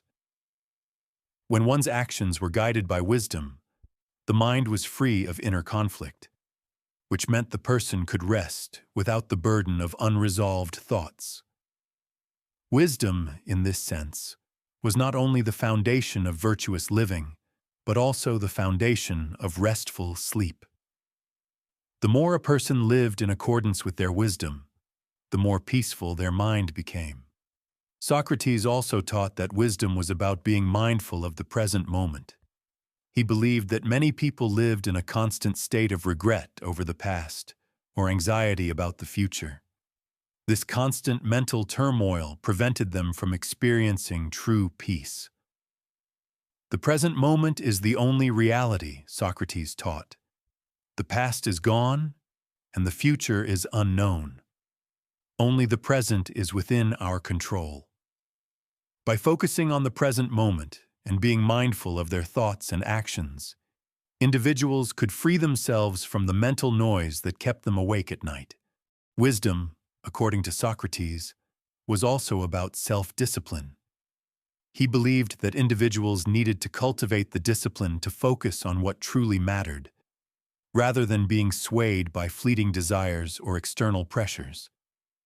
This self-discipline allowed individuals to stay grounded and focused on their true purpose, bringing a sense of clarity and peace to their lives. A disciplined mind, free from distractions and indulgences, was a peaceful mind, one that was ready for restful sleep. The section concludes with Socrates' ultimate teaching. Wisdom is the path to inner peace, and inner peace is the key to restful sleep. By cultivating wisdom, individuals could quiet the storm within their minds and achieve a state of tranquility that made sleep a restorative and rejuvenating experience. Socrates believed that the pursuit of wisdom was the most important journey a person could undertake, and that it was through this journey that one would find both the good life and the peaceful sleep necessary for living fully. This method of inquiry also allowed Socrates to confront the deeper emotional conflicts that hindered personal growth. In one of his dialogues, Socrates helped a disciple confront their fear of death. By asking a series of questions, Socrates led them to the realization that fear of death was rooted in ignorance and misunderstanding. Once they examined their beliefs about death, they could see that their fear was irrational, and this understanding brought peace. No one is truly harmed by death, Socrates explained. It is only our misunderstanding of death that causes suffering. By using the Socratic method to confront and understand our fears, Socrates showed that individuals could achieve inner peace and reduce the emotional turmoil that disrupts restful sleep. Socrates' method also encouraged individuals to question societal norms and expectations that often contributed to stress and anxiety. He believed that many people were caught up in external pressures, trying to live up to the expectations of others, and this external focus created inner conflict. Through dialogue, Socrates helped individuals recognize that true peace comes from living authentically and in alignment with one's own values, not from seeking approval or validation from others. Do not live according to the opinions of others, Socrates taught. Live according to your own understanding of the good, and you will find peace. This shift in perspective was crucial for reducing the internal stress that prevents restful sleep. The Socratic method also had a profound impact on Socrates' own life. Throughout his dialogues, he demonstrated the importance of intellectual honesty and the willingness to question one's own beliefs. Socrates was not afraid to acknowledge his own ignorance, and this humility allowed him to maintain a peaceful, clear mind. He believed that the pursuit of wisdom was an ongoing journey, one that required constant reflection and self-examination. By remaining open to new insights and willing to question everything, Socrates was able to cultivate the mental peace that he believed was necessary for both virtuous living and restful sleep. Through his method of questioning, Socrates demonstrated that true peace of mind comes not from avoiding discomfort or uncertainty, but from confronting it head-on. The Socratic method, by encouraging individuals to question their beliefs and assumptions, helped them navigate the complexities of life with clarity and confidence. This clarity, Socrates believed, was essential for achieving the mental tranquility needed for deep, restorative sleep. The section concludes with Socrates encouraging his disciples to adopt the Socratic method as a tool for personal growth and mental peace. The unexamined life is not worth living, he said. By making self-examination a regular practice and using the Socratic method to question one's beliefs, individuals could cultivate the mental clarity and peace necessary for both living a virtuous life and achieving restful sleep. Socrates saw sleep as an extension of philosophical practice, intertwined with his belief in the importance of self-examination and the pursuit of wisdom.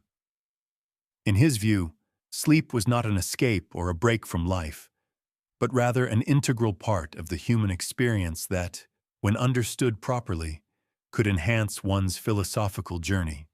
Socrates believed that the quality of one's sleep reflected the depth of one's philosophical life, and in turn, had a significant impact on one's ability to think clearly and live virtuously. In this section, we explore how Socrates connected sleep with the philosophy of living a meaningful life. For Socrates, philosophy was not just an academic pursuit or an intellectual exercise. It was a way of life. He taught that the philosopher's life should be one of continuous reflection, self-examination, and learning.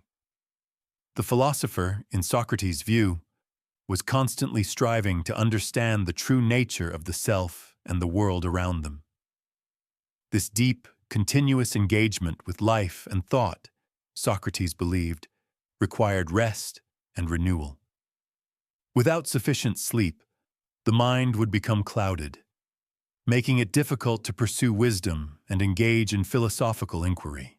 In this light, Socrates saw sleep not as a mindless or passive state, but as an active part of the process of philosophical reflection. He believed that the act of sleeping could be a continuation of the philosophical practice, a time for the mind to process the thoughts and insights gained during waking hours.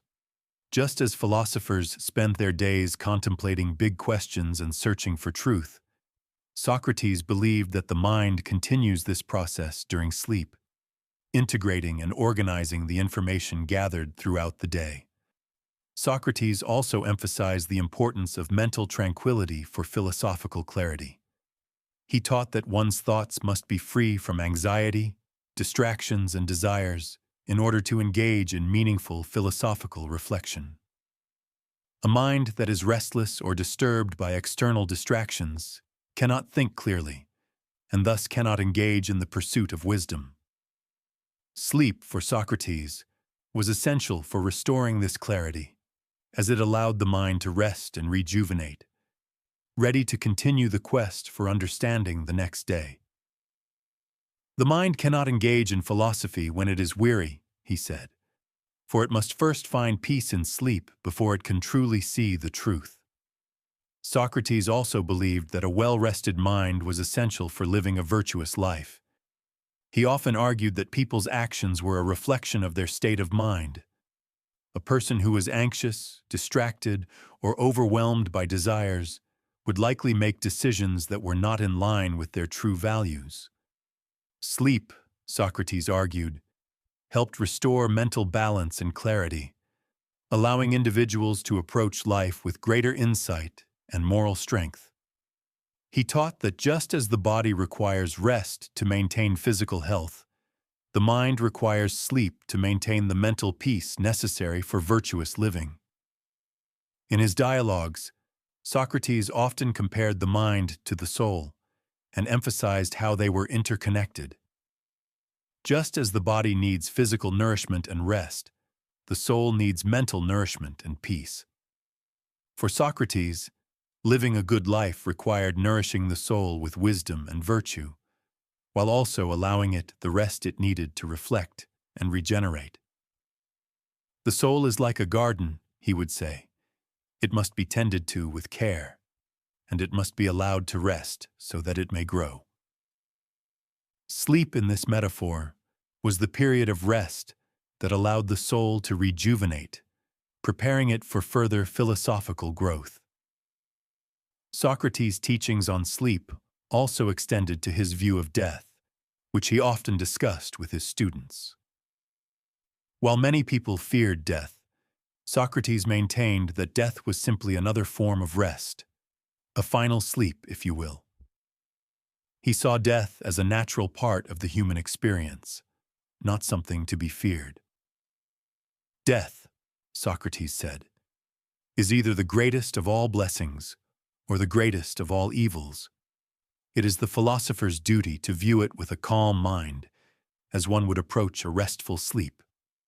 By approaching death with the same peace of mind that one should approach sleep, Socrates believed that individuals could overcome the fear that often disturbs their tranquility and prevent it from interfering with their ability to live virtuously.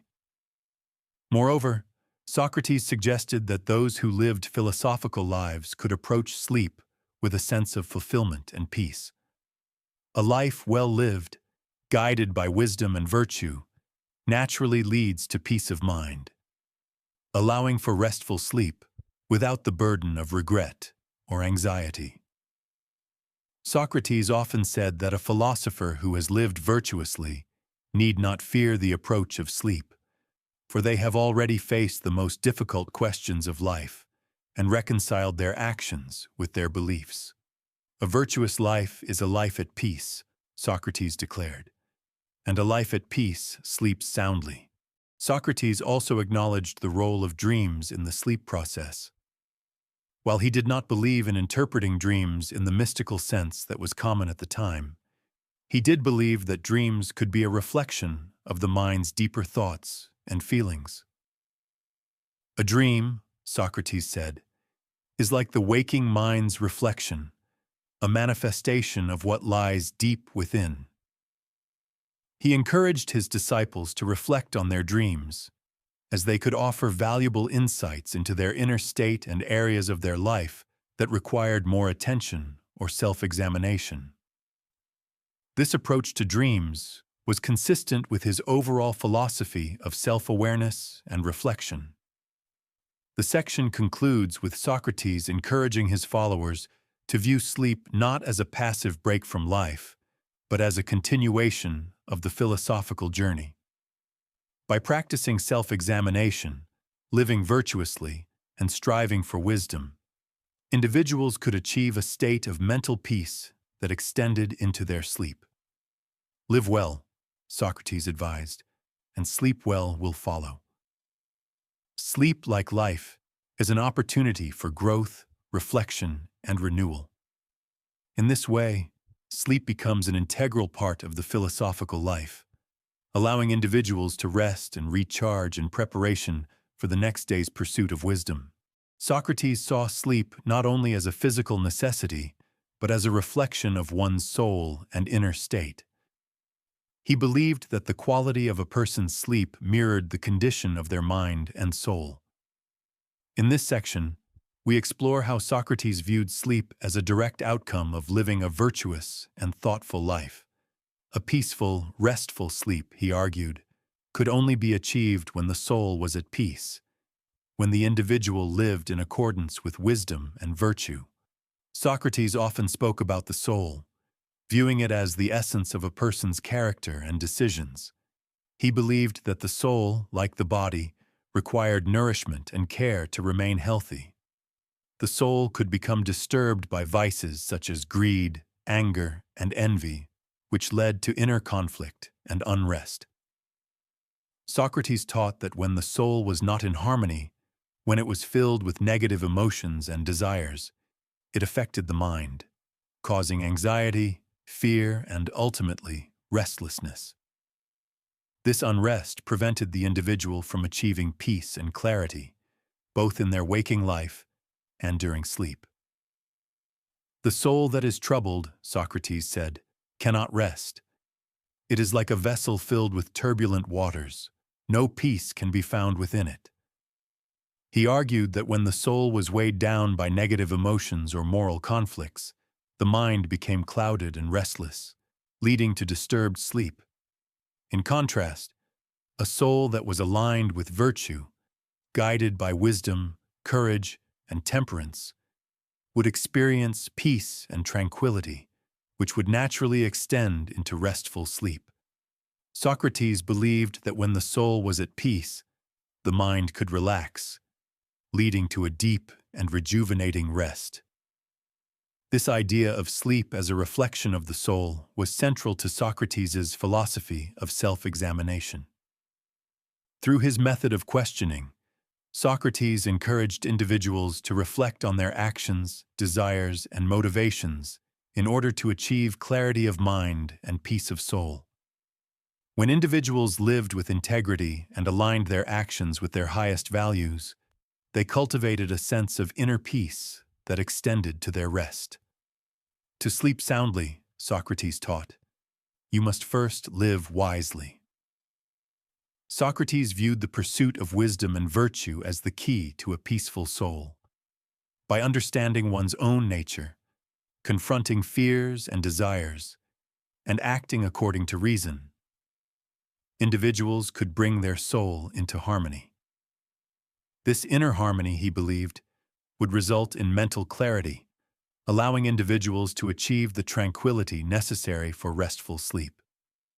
The soul, according to Socrates, could only be at peace when it was free from the turmoil of unexamined desires and fears.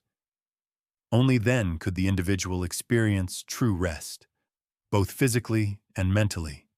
The practice of examining one's life, of looking inward and understanding the motivations behind one's actions, was essential for achieving peace of soul.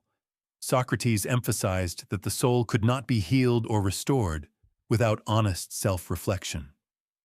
He would often ask his disciples to examine their actions and question whether they were in alignment with their true values. Do not allow the soul to drift aimlessly, Socrates said. Guide it with wisdom, and it will find peace. Socrates' teachings on the soul and sleep also extended to his views on death. In his view, death was not to be feared, but accepted as part of the natural cycle of life.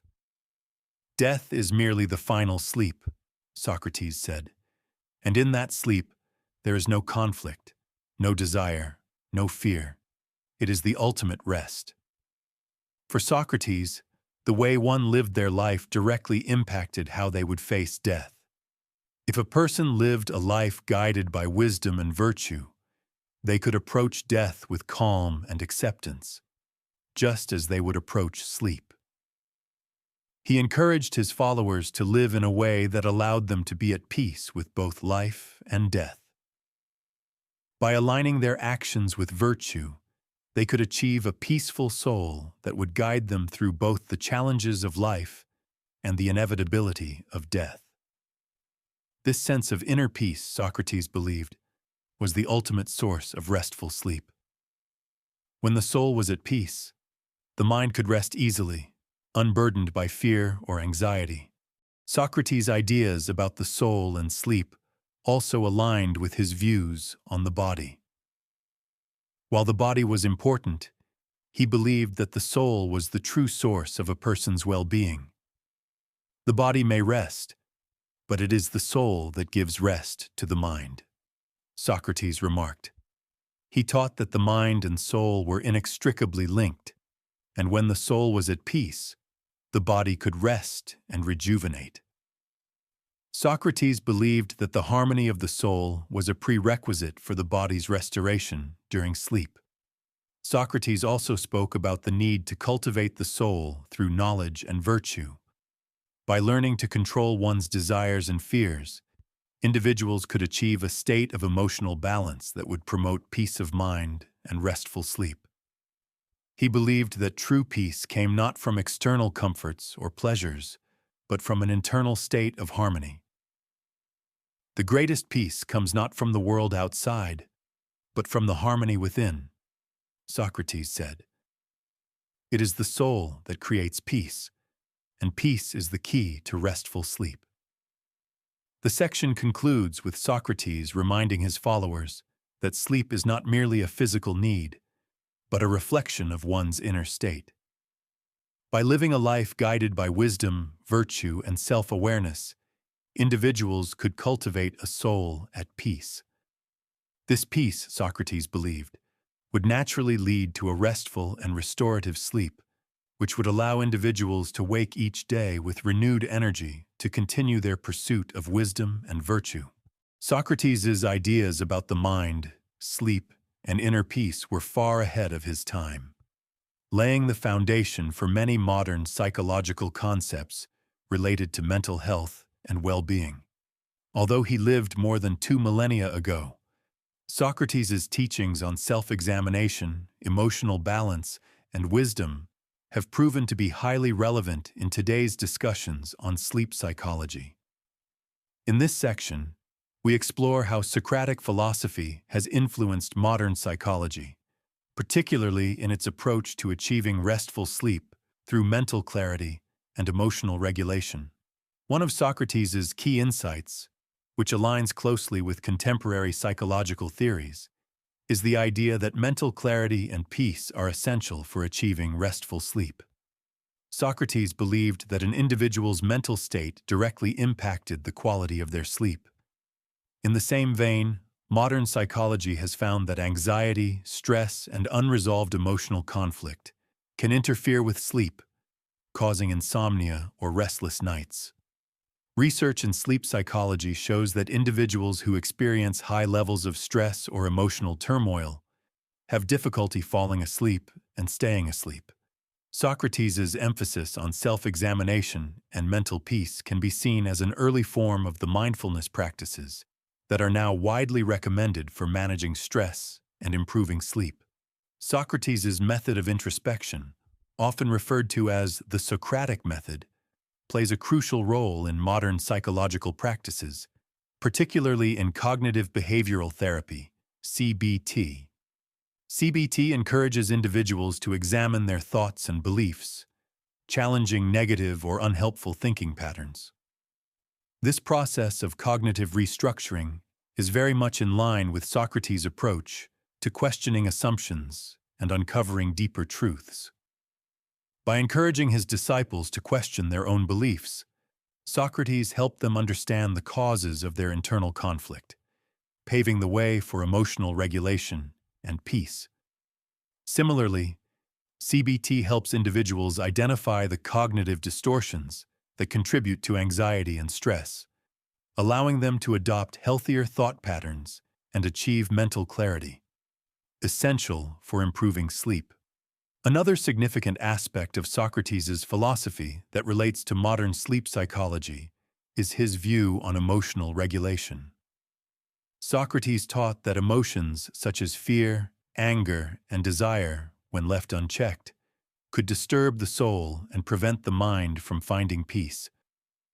This insight mirrors current psychological understanding, which suggests that emotional dysregulation is a major barrier to restful sleep.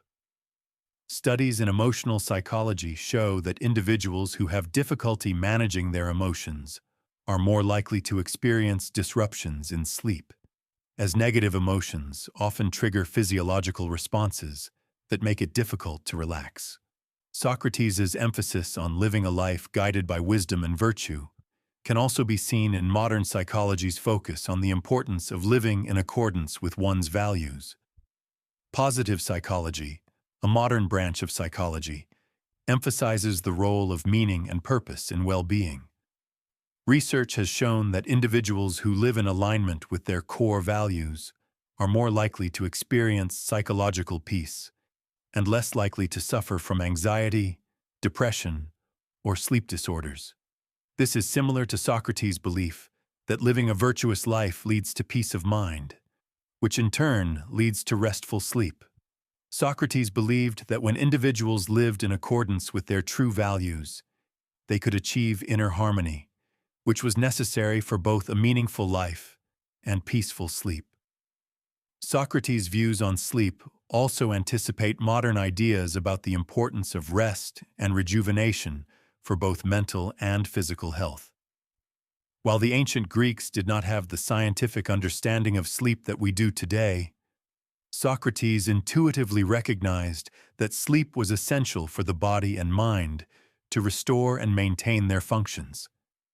Today, sleep scientists emphasize the importance of sleep for cognitive performance, emotional regulation, and physical health. Socrates' teaching that sleep is a vital component of the good life aligns with contemporary understanding that a lack of sleep can lead to diminished cognitive functioning, increased stress, and a weakened immune system. The concept of mindfulness, which is widely used in modern psychology to improve sleep, has clear parallels in Socratic philosophy. Socrates believed that being aware of one's thoughts, emotions, and motivations was the key to achieving peace of mind. In modern sleep psychology, mindfulness meditation is often recommended as a tool for improving sleep quality. By practicing mindfulness, individuals can reduce the mental clutter and stress that prevent them from falling asleep.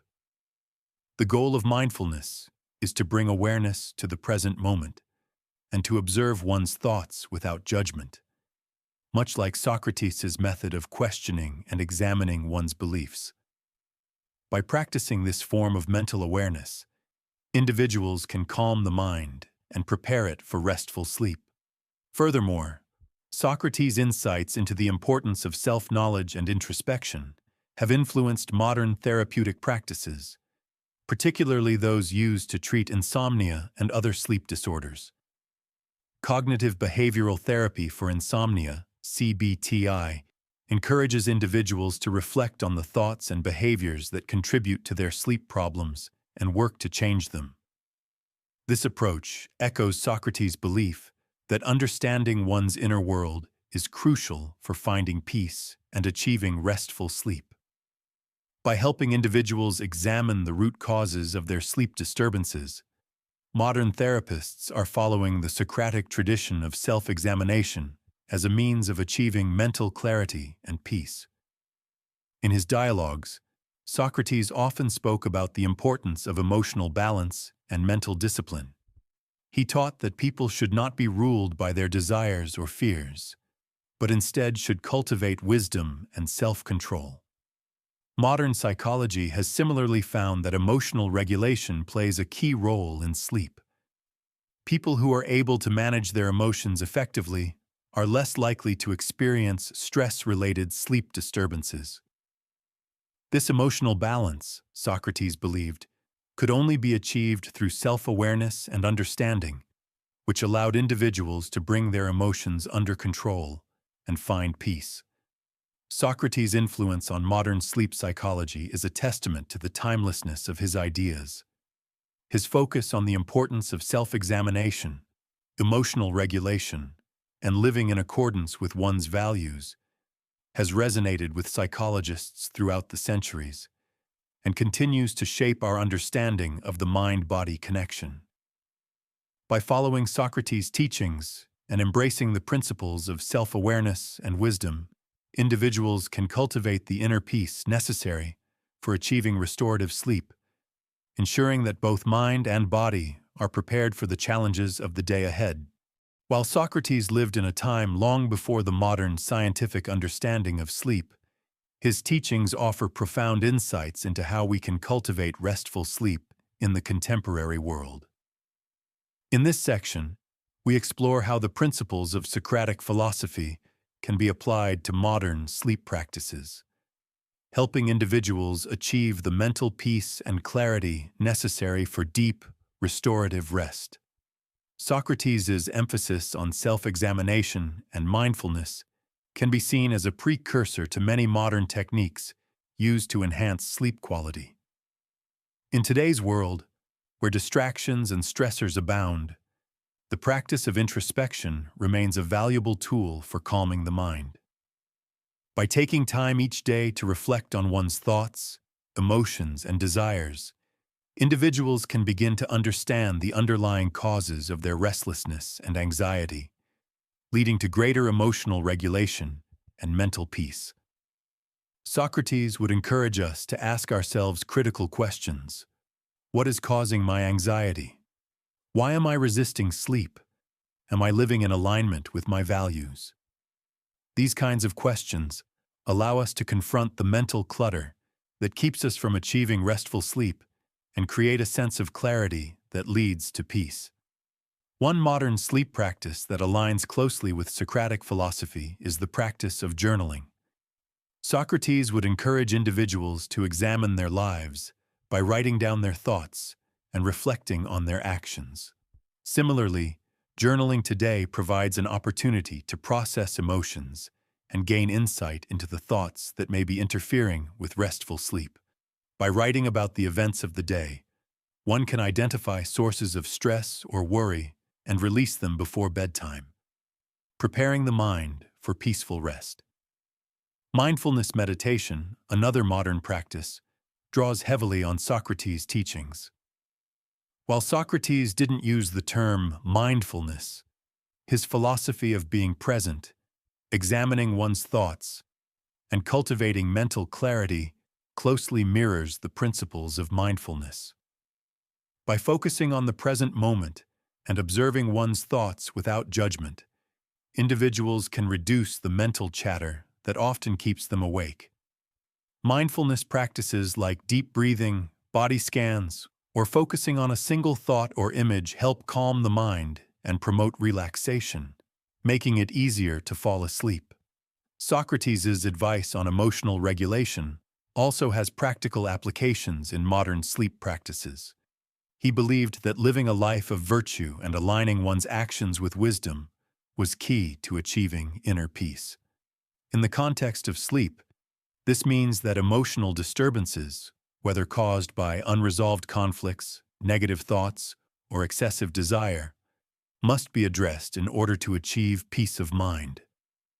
Modern psychological techniques, such as cognitive behavioral therapy for insomnia, CBTI, focus on identifying and changing negative thought patterns that prevent sleep. These techniques directly reflect Socratic teachings, as they encourage individuals to challenge unhelpful beliefs and replace them with more rational, peaceful alternatives. The concept of self-discipline, which Socrates often emphasized, is also a valuable tool for improving sleep. In today's fast-paced world, it is easy to succumb to habits and routines that disrupt sleep, such as excessive screen time, late-night activities, or overconsumption of caffeine. Socrates would encourage us to practice discipline in our daily lives, aligning our behaviors with our values and making conscious choices that promote well-being. Establishing a consistent sleep routine, avoiding stimulants before bed, and creating a relaxing bedtime ritual are all examples of how Socratic principles of self-discipline can lead to better sleep. Socrates also believed that living in accordance with one's values, rather than seeking external approval or validation, was essential for mental peace. In the modern context, this can mean creating boundaries and living authentically. In today's world, many people struggle with feelings of inadequacy or anxiety due to societal pressures or the opinions of others. Socrates would remind us that true peace comes from within and is rooted in living a life of integrity. By reducing the external pressures that cause stress and focusing on personal growth, individuals can alleviate the mental unrest that prevents them from sleeping well. Another practice that resonates with Socratic philosophy is the use of visualization techniques. Socrates believed that the mind and soul were deeply connected, and by engaging the mind in positive, reflective thought, individuals could achieve clarity and peace. Visualization, particularly in the form of imagining a peaceful or serene environment, can help calm the mind and prepare it for sleep. By focusing on calming imagery, such as a peaceful garden or a quiet beach, individuals can evoke the tranquility that Socrates believed was essential for mental peace. Socrates also emphasized the importance of balance, both in life and in sleep. He believed that too much of anything, whether it was work, pleasure, or ambition, would lead to imbalance and inner unrest. In the modern world, where many people experience burnout or stress from overwork, Socratic teachings encourage us to cultivate balance by taking time to rest and rejuvenate. Just as Socrates believed that the body needed rest to maintain its strength, we must recognize that sleep is not just a luxury, but a necessary component of a balanced life. Prioritizing sleep and ensuring we get enough rest is a way of honoring both the body and the soul, and it reflects Socrates' philosophy of living a life of moderation. The practice of gratitude, while not explicitly taught by Socrates, aligns with his ideas about reflection and self-awareness. By taking time each day to reflect on what we are grateful for, we can shift our focus from worries and stressors to the positive aspects of our lives. This shift in perspective can have a profound impact on our emotional state and our ability to sleep. Socrates would encourage individuals to practice gratitude as a way of fostering contentment and mental peace, both of which are essential for restful sleep.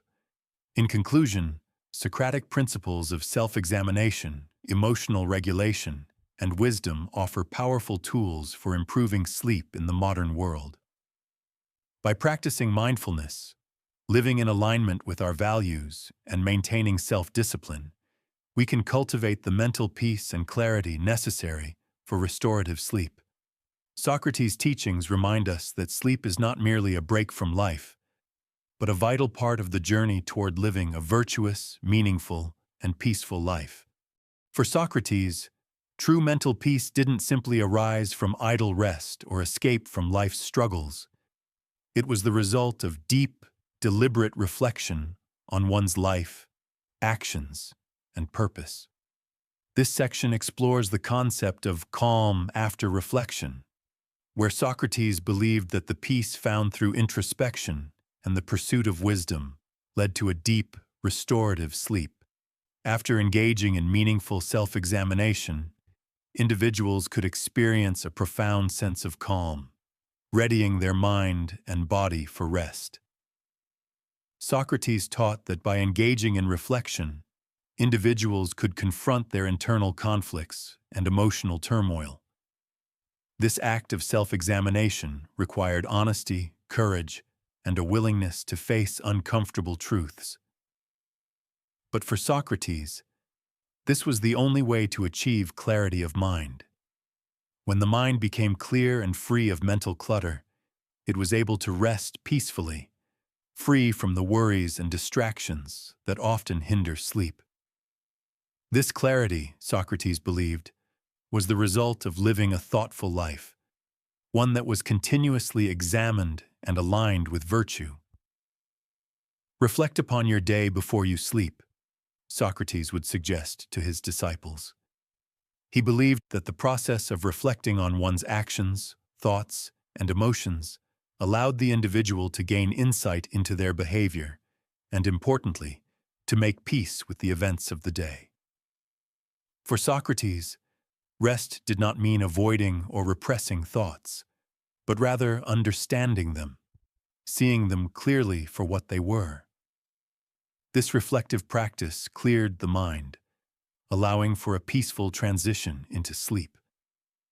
In modern psychology, this practice mirrors the concept of cognitive unloading, or mental decluttering, which is often recommended as a tool to reduce stress and improve sleep. Cognitive behavioral therapy, CBT, for insomnia often encourages individuals to write down their worries or anxieties before bed as a means of externalizing them and preventing them from interfering with sleep. Socrates, though not employing modern terminology, would likely have supported this idea, seeing it as a necessary step in achieving mental peace and the calm needed for restful sleep.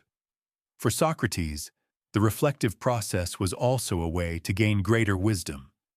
He taught that each day presented opportunities for learning and growth, and that reflection was the means by which we could extract lessons from our experiences. A life well examined, he said, is a life well lived. The idea that reflection enhances wisdom and personal growth ties directly into Socrates' larger philosophy. The pursuit of wisdom was the most important endeavor in life, and this pursuit led to inner peace. Socrates would have understood that reflection could bring up discomfort or even anxiety. However, he believed that confronting these difficult emotions head-on was the path to mental tranquility. By facing one's fears, regrets, and desires, an individual could understand their sources and, through this understanding, transform them into acceptance or resolution. In this way, self-examination did not create more unrest, but rather alleviated it, leading to the calm necessary for sleep. Socrates also emphasized that reflection should not be a form of self-punishment or relentless criticism. The goal was not to be consumed by guilt or regret, but to learn from one's actions and grow. Reflection was about understanding, not self-flagellation. Socrates believed that guilt or shame, when left unchecked, could become internal turmoil that disturbed both the mind and sleep. However, when examined thoughtfully, guilt could be transformed into a positive force for growth, leading to peace of mind. In modern terms, Socratic reflection closely aligns with what is now called mindful reflection, or self-compassionate reflection, where individuals are encouraged to look at their thoughts and feelings with kindness and without judgment. This approach recognizes that being harsh or critical toward oneself does not lead to growth or peace, but rather to further stress and anxiety. Socrates would have agreed with this modern understanding, as he valued the role of wisdom and understanding in cultivating mental tranquility. Socrates also encouraged his followers to reflect on their life's larger purpose. He believed that people who lived without a sense of purpose or meaning were more likely to experience anxiety, dissatisfaction, and restlessness. A clear sense of purpose, grounded in the pursuit of wisdom and virtue, created a sense of direction and inner peace. When people lived in alignment with their purpose, Socrates argued, they experienced a kind of fulfillment that allowed them to sleep peacefully. The mind at peace with its purpose is naturally at rest, free from the internal conflicts that disrupt sleep. This focus on living a purposeful life also contributed to the clarity and calm Socrates advocated for. When the mind is focused on the greater good and aligned with virtue, distractions and minor annoyances no longer hold power over it. The peace that comes from living authentically and virtuously is deeply restorative. In the modern world, where distractions abound and the pursuit of status or material success often leads to anxiety, Socratic reflection on purpose can be an antidote to the stress and restlessness that prevent peaceful sleep. The final element of Socrates' teaching on reflection and sleep was his view on gratitude. While Socrates didn't explicitly discuss gratitude in the way modern philosophers or psychologists do, his teachings encourage an attitude of thankfulness for the lessons of life. By reflecting on the good things in life, whether they be moments of wisdom, acts of virtue, or small joys, individuals could foster a sense of appreciation that brought peace to the soul. Gratitude, Socrates would argue, was not just an emotional response but a conscious reflection on the positive aspects of life, reinforcing mental calmness and preparing the mind for restful sleep. Socrates believed that by making reflection a regular part of one's life, individuals could cultivate a state of mind that was conducive to both living well and sleeping well. The practice of reflection allowed the individual to clear the mind, align their actions with virtue, and understand their emotions. In turn, this inner peace would make restful sleep not only possible, but inevitable. The mind at peace, Socrates said, finds rest in sleep as it finds rest in wisdom. Socrates' philosophy was built upon the belief that a life of virtue and wisdom led to true peace of mind, which, in turn, led to restful sleep. He understood that sleep was not merely a biological need, but a reflection of one's inner state. The quality of sleep, Socrates argued, was directly tied to how well one lived, whether their actions aligned with wisdom, virtue, and self-awareness. In this section, we explore how the Socratic path to peaceful sleep involves living a life rooted in reflection, virtue, and inner peace. The Socratic path to peaceful sleep starts with the practice of constant self-examination. Socrates believed that only through regular, honest reflection could one attain clarity of mind and moral growth. This practice of self-examination allowed individuals to understand their desires, emotions, and fears. By confronting and understanding these internal forces, individuals could align their actions with their highest values, achieving a sense of peace that permeated their waking life and extended into their sleep. The unexamined life is not worth living, Socrates famously said, and this sentiment underscores his belief that living with awareness and understanding was the first step toward peace. Socrates also taught that the pursuit of wisdom was essential for peace of mind. Wisdom, in his view, was not merely intellectual knowledge but an understanding of the self and the world around us. Through wisdom, individuals could navigate life's challenges with calmness and clarity, free from the emotional turmoil that often disrupts sleep. Socrates encouraged his followers to seek knowledge and understanding in all areas of life, believing that wisdom helped to remove ignorance and the fears that arose from it. True wisdom is knowing what you do not know, he said, emphasizing that humility and self-awareness were key to living peacefully and sleeping well. In line with this pursuit of wisdom, Socrates also believed that living in accordance with virtue was fundamental to mental peace. He saw virtue as the practice of living in alignment with reason, justice, and integrity. A virtuous person, according to Socrates, was one who acted according to wisdom, who governed their desires and actions with self-control and discipline. This alignment with virtue, Socrates argued, was not only essential for moral living, but also for cultivating inner peace.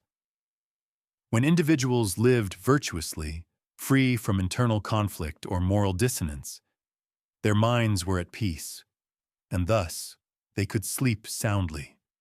A life of virtue, however, required emotional regulation. Socrates understood that unregulated emotions, such as fear, anger, or unchecked desire, could disturb the soul and the mind, leading to anxiety and restlessness. For Socrates, the key to emotional regulation was self-awareness and reflection. He taught that by observing our emotions without judgment and understanding their root causes, we could transform negative emotions into constructive forces. This process of emotional mastery was essential for inner peace, as it allowed individuals to live free from the emotional chaos that often prevents restful sleep.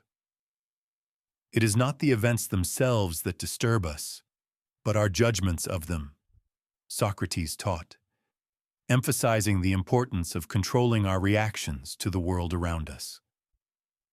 Socrates also believed that the pursuit of inner peace required a balance between action and rest. He was a firm advocate of moderation in all things. Just as he believed in the need for intellectual reflection, he also recognized the importance of physical rest. For Socrates, a balanced life, one that included both work and relaxation, activity and rest, was key to maintaining mental clarity and peace. Sleep, he argued, was an essential part of this balance. Just as the body needs rest to function properly, the mind needs sleep to maintain its clarity and focus.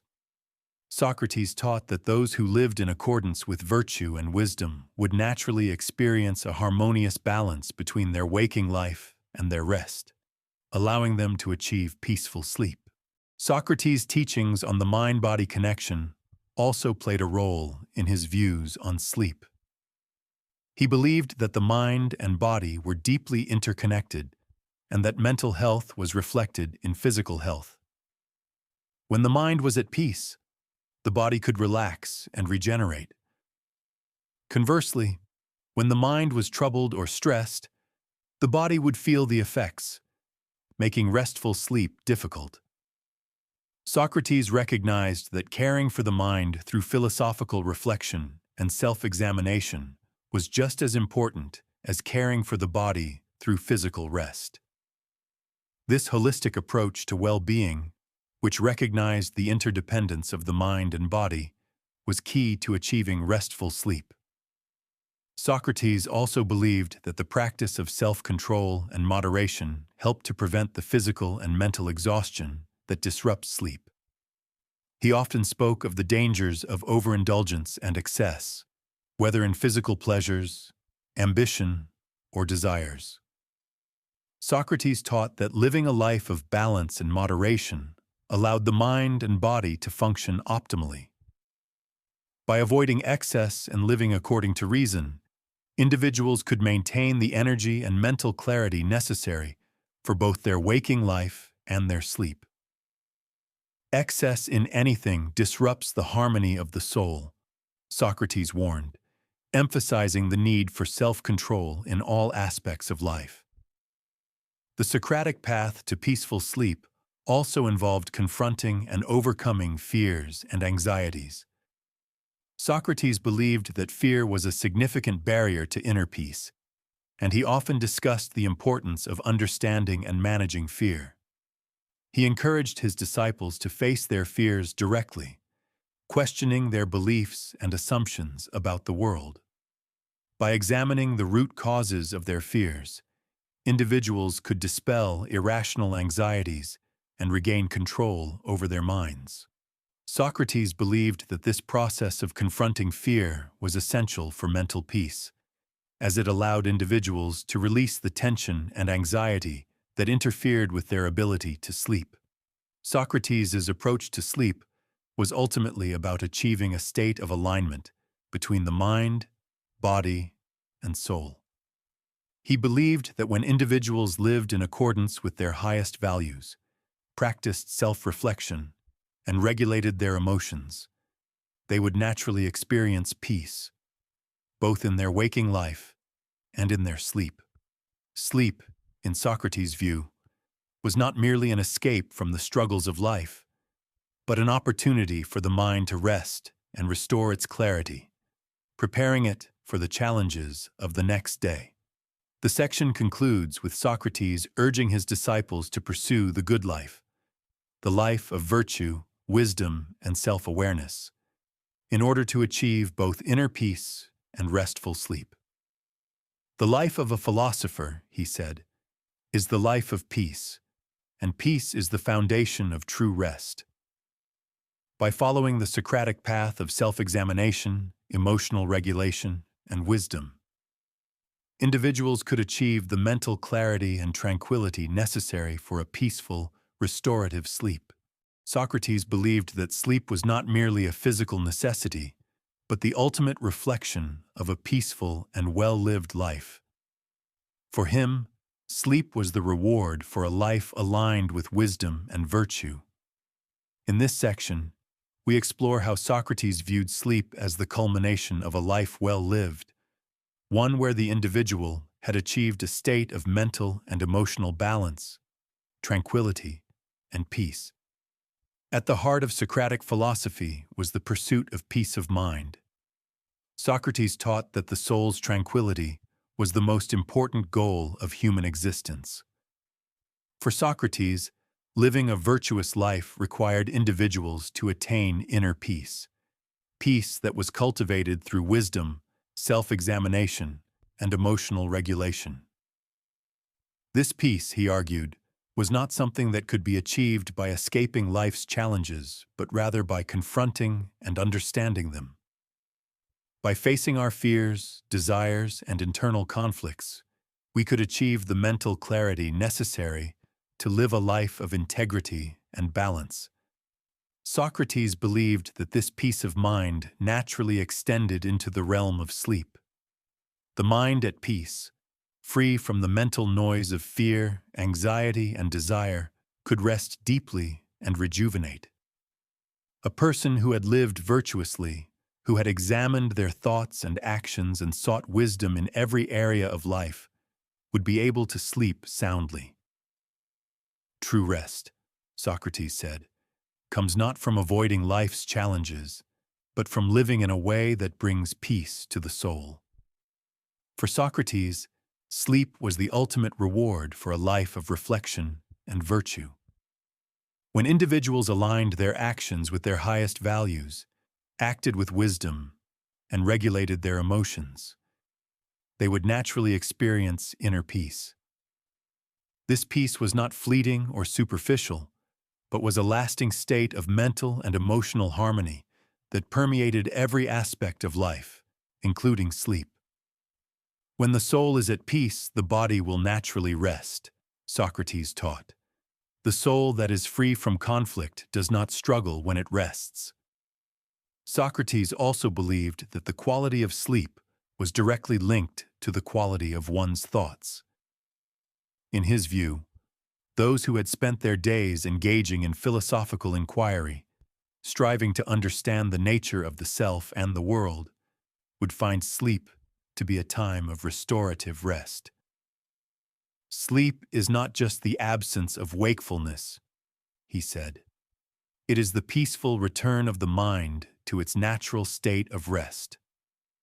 The philosopher, in Socrates' view, did not need to escape the world through sleep, but rather found rest in the clarity that came from living a thoughtful, examined life. This connection between sleep and peace of mind is a central theme in Socratic philosophy. Socrates taught that our thoughts and emotions were the primary source of disturbance and unrest in the mind. A restless mind, filled with unexamined desires, fears, and anxieties, could never find true peace. However, by engaging in regular self-examination, aligning one's actions with wisdom, and practicing emotional regulation, individuals could achieve a mental state of calm and tranquility. This state of mental peace, Socrates argued, was the foundation for restorative sleep, as the mind could finally release its tensions and rest deeply. Socrates also connected his teachings on sleep to his broader philosophy of the good life. He believed that a good life was one that was lived with intention, guided by virtue, and free from the distractions and stresses of modern life. To live such a life, Socrates taught, was to achieve a state of mental balance and peace that extended to both waking and sleeping hours. A life of virtue is a life at peace, he said, and a life at peace sleeps soundly.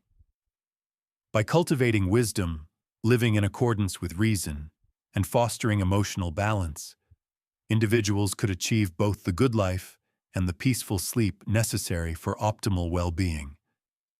Socrates also recognized that the pursuit of sleep, like the pursuit of wisdom, required discipline and moderation. He taught that overindulgence in pleasures, whether intellectual, emotional, or physical, could disturb the soul and prevent restful sleep. He emphasized that moderation was key to both living a virtuous life and achieving peace of mind. Excess disturbs the harmony of the soul, Socrates said. Moderation brings peace, and peace brings rest. In this sense, Socrates viewed sleep as a byproduct of living a balanced, moderate life, one where the mind was not burdened by the excesses of the day. Socrates' teachings on sleep also extended to the role of death in the human experience. While many feared death, Socrates saw it as another natural transition, much like sleep. In his final moments, Socrates famously embraced death with calm acceptance, viewing it as a peaceful sleep that would free his soul from the constraints of the body. Death, he said, is either the greatest of all blessings or the greatest of all evils. But I know this: when the soul is at peace, death is nothing to fear. Socrates' acceptance of death as a natural part of life underscores his belief in the importance of finding peace in every aspect of existence, including the end of life.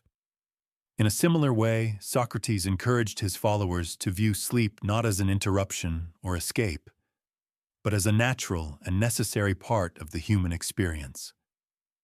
Sleep, like death, was a time of rest and renewal, a period when the mind could rest from the trials of the day and prepare for the challenges of the next. Rest, Socrates said, is the reward for a life well lived. The philosopher, who had spent the day in pursuit of wisdom and virtue, could rest assured that their soul was at peace and their mind was free from turmoil.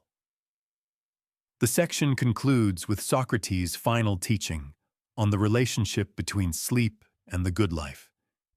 He believed that living in accordance with wisdom, virtue, and self-awareness would bring about a peaceful soul, which would naturally lead to restful sleep. By focusing on living a life of integrity and inner peace, individuals could ensure that their sleep was not only a physical necessity, but also a time of deep restoration for the mind and soul. Live virtuously, and sleep will come easily, Socrates said. For the mind at peace finds rest in sleep, just as it finds rest in wisdom. Socrates' teachings on sleep, inner peace, and the examined life have had a profound impact on both ancient and modern thought. While his ideas were rooted in the philosophical practices of his time, the core principles of his philosophy continue to resonate with contemporary approaches to mental health, self-reflection, and wellness. In this final section, we explore the enduring legacy of Socrates' sleep philosophy and how his insights continue to inform our understanding of the connection between mind, body, and rest in the modern world. Socrates' approach to sleep as a reflection of inner peace and virtue laid the groundwork for modern psychological and philosophical approaches to mental well-being. His belief that a restless mind could not find restful sleep is echoed today in cognitive behavioral therapy for insomnia CBTI, which emphasizes the importance of addressing mental and emotional disturbances in order to improve sleep quality. Like Socrates, contemporary psychological practices recognize that unresolved anxiety, fear, and stress are major barriers to peaceful sleep. Through self-examination, mindfulness, and emotional regulation, individuals can reduce mental clutter and achieve the clarity necessary for restorative rest. Socrates' emphasis on self-examination and introspection also aligns with modern mindfulness practices, which encourage individuals to be present and aware of their thoughts, emotions, and actions. Just as Socrates urged his followers to examine their beliefs and desires in order to live virtuously, mindfulness practices encourage self-awareness as a tool for reducing stress and achieving mental peace. This practice of mindfulness is now widely used to treat insomnia and other sleep disorders, reflecting the timeless wisdom of Socratic philosophy. Moreover, Socrates' understanding of the mind-body connection was groundbreaking. He recognized that mental peace was essential for both intellectual and physical health. This insight resonates with modern holistic approaches to wellness, which emphasize the interconnectedness of the mind, body, and spirit. Today, sleep researchers recognize the importance of mental health in overall well-being, acknowledging that sleep disturbances are often linked to emotional and psychological issues. Socrates' teachings remind us that achieving balance in all areas of life is crucial for both mental clarity and restful sleep. The idea that living in accordance with one's values and virtues leads to peace of mind has also endured through the centuries. Modern philosophy and psychology continue to emphasize the importance of living a life that aligns with personal values and moral integrity. Research in positive psychology suggests that individuals who live with a sense of purpose and meaning experience greater life satisfaction and better mental health, which contributes to improved sleep. Socrates' teachings on virtue as a foundation for inner peace remain deeply relevant, offering timeless wisdom on how to achieve mental tranquility in a world full of distractions and demands. Socrates' thoughts on emotional regulation also continue to influence modern mental health practices. His belief that emotional disturbances, such as fear and desire, were the root causes of unrest mirrors contemporary psychological theories on emotional regulation. Today, therapists teach individuals how to recognize and manage their emotions, fostering mental peace and reducing stress. Socrates' idea that a calm and regulated mind is necessary for peaceful sleep aligns with modern psychological approaches that advocate for managing negative emotions in order to promote relaxation and rest. Furthermore, Socrates' teachings on balance between work and rest, action and contemplation, continue to resonate in our modern world, where the pace of life often leads to burnout and sleep deprivation. Socrates believed that a balanced life was the key to maintaining both physical and mental health. In today's society, where individuals often struggle to find balance between professional, personal, and social demands, his advice on moderation and self-care remains vital. The recognition that rest is as important as work and that balance is necessary for well-being is now widely acknowledged by health experts, who emphasize the importance of adequate sleep for mental and physical restoration. Socrates also understood that the process of self-examination and reflection required humility and intellectual honesty.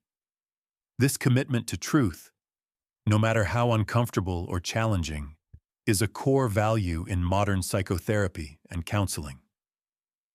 The practice of examining one's thoughts and behaviors with honesty is essential for emotional growth and healing. Socrates' method of questioning assumptions and seeking deeper understanding provides a powerful framework for contemporary therapeutic techniques, encouraging individuals to challenge their beliefs, confront their fears, and achieve greater self-awareness. Finally, Socrates' view of sleep as a natural and necessary part of life's rhythm, rather than an escape or indulgence, offers a healthy perspective on rest. In today's world, where sleep is often seen as something to be sacrificed in the name of productivity, Socrates' reminder that sleep is a vital part of the good life reinforces the importance of self-care. By prioritizing rest and sleep as a means of maintaining mental clarity and physical health, individuals can live more balanced and fulfilling lives, just as Socrates would have advised. In conclusion, the legacy of Socrates' sleep philosophy endures in modern practices that promote mental peace, emotional regulation, and restful sleep. His insights on self-examination, virtue, emotional balance, and living in alignment with one's values continue to inform contemporary approaches to mental health and well-being. Socrates' belief that sleep is a reflection of a life well lived serves as a powerful reminder that restful sleep is not merely a biological need, but a result of living thoughtfully, intentionally, and virtuously. His philosophy invites us to engage in the ongoing process of self-reflection, emotional regulation, and wisdom, ensuring that our minds are at peace and our sleep is restorative. Socrates' teachings on sleep, inner peace, and the examined life offer profound insights into how we can cultivate restful sleep in the modern world. His belief that mental clarity, emotional regulation, and living a life of virtue are essential for achieving peace of mind resonates deeply with contemporary understandings of well-being. From self-examination to mindfulness and emotional balance, Socratic philosophy continues to influence modern psychological practices that help individuals achieve the calm and tranquility necessary for deep, restorative sleep. Socrates viewed sleep not as a mere physical need, but as the ultimate reflection of a life well lived, one rooted in wisdom, virtue, and self-awareness. He taught that when individuals align their actions with their values, confront their fears and desires, and engage in regular reflection, they achieve a state of inner peace that extends into their sleep.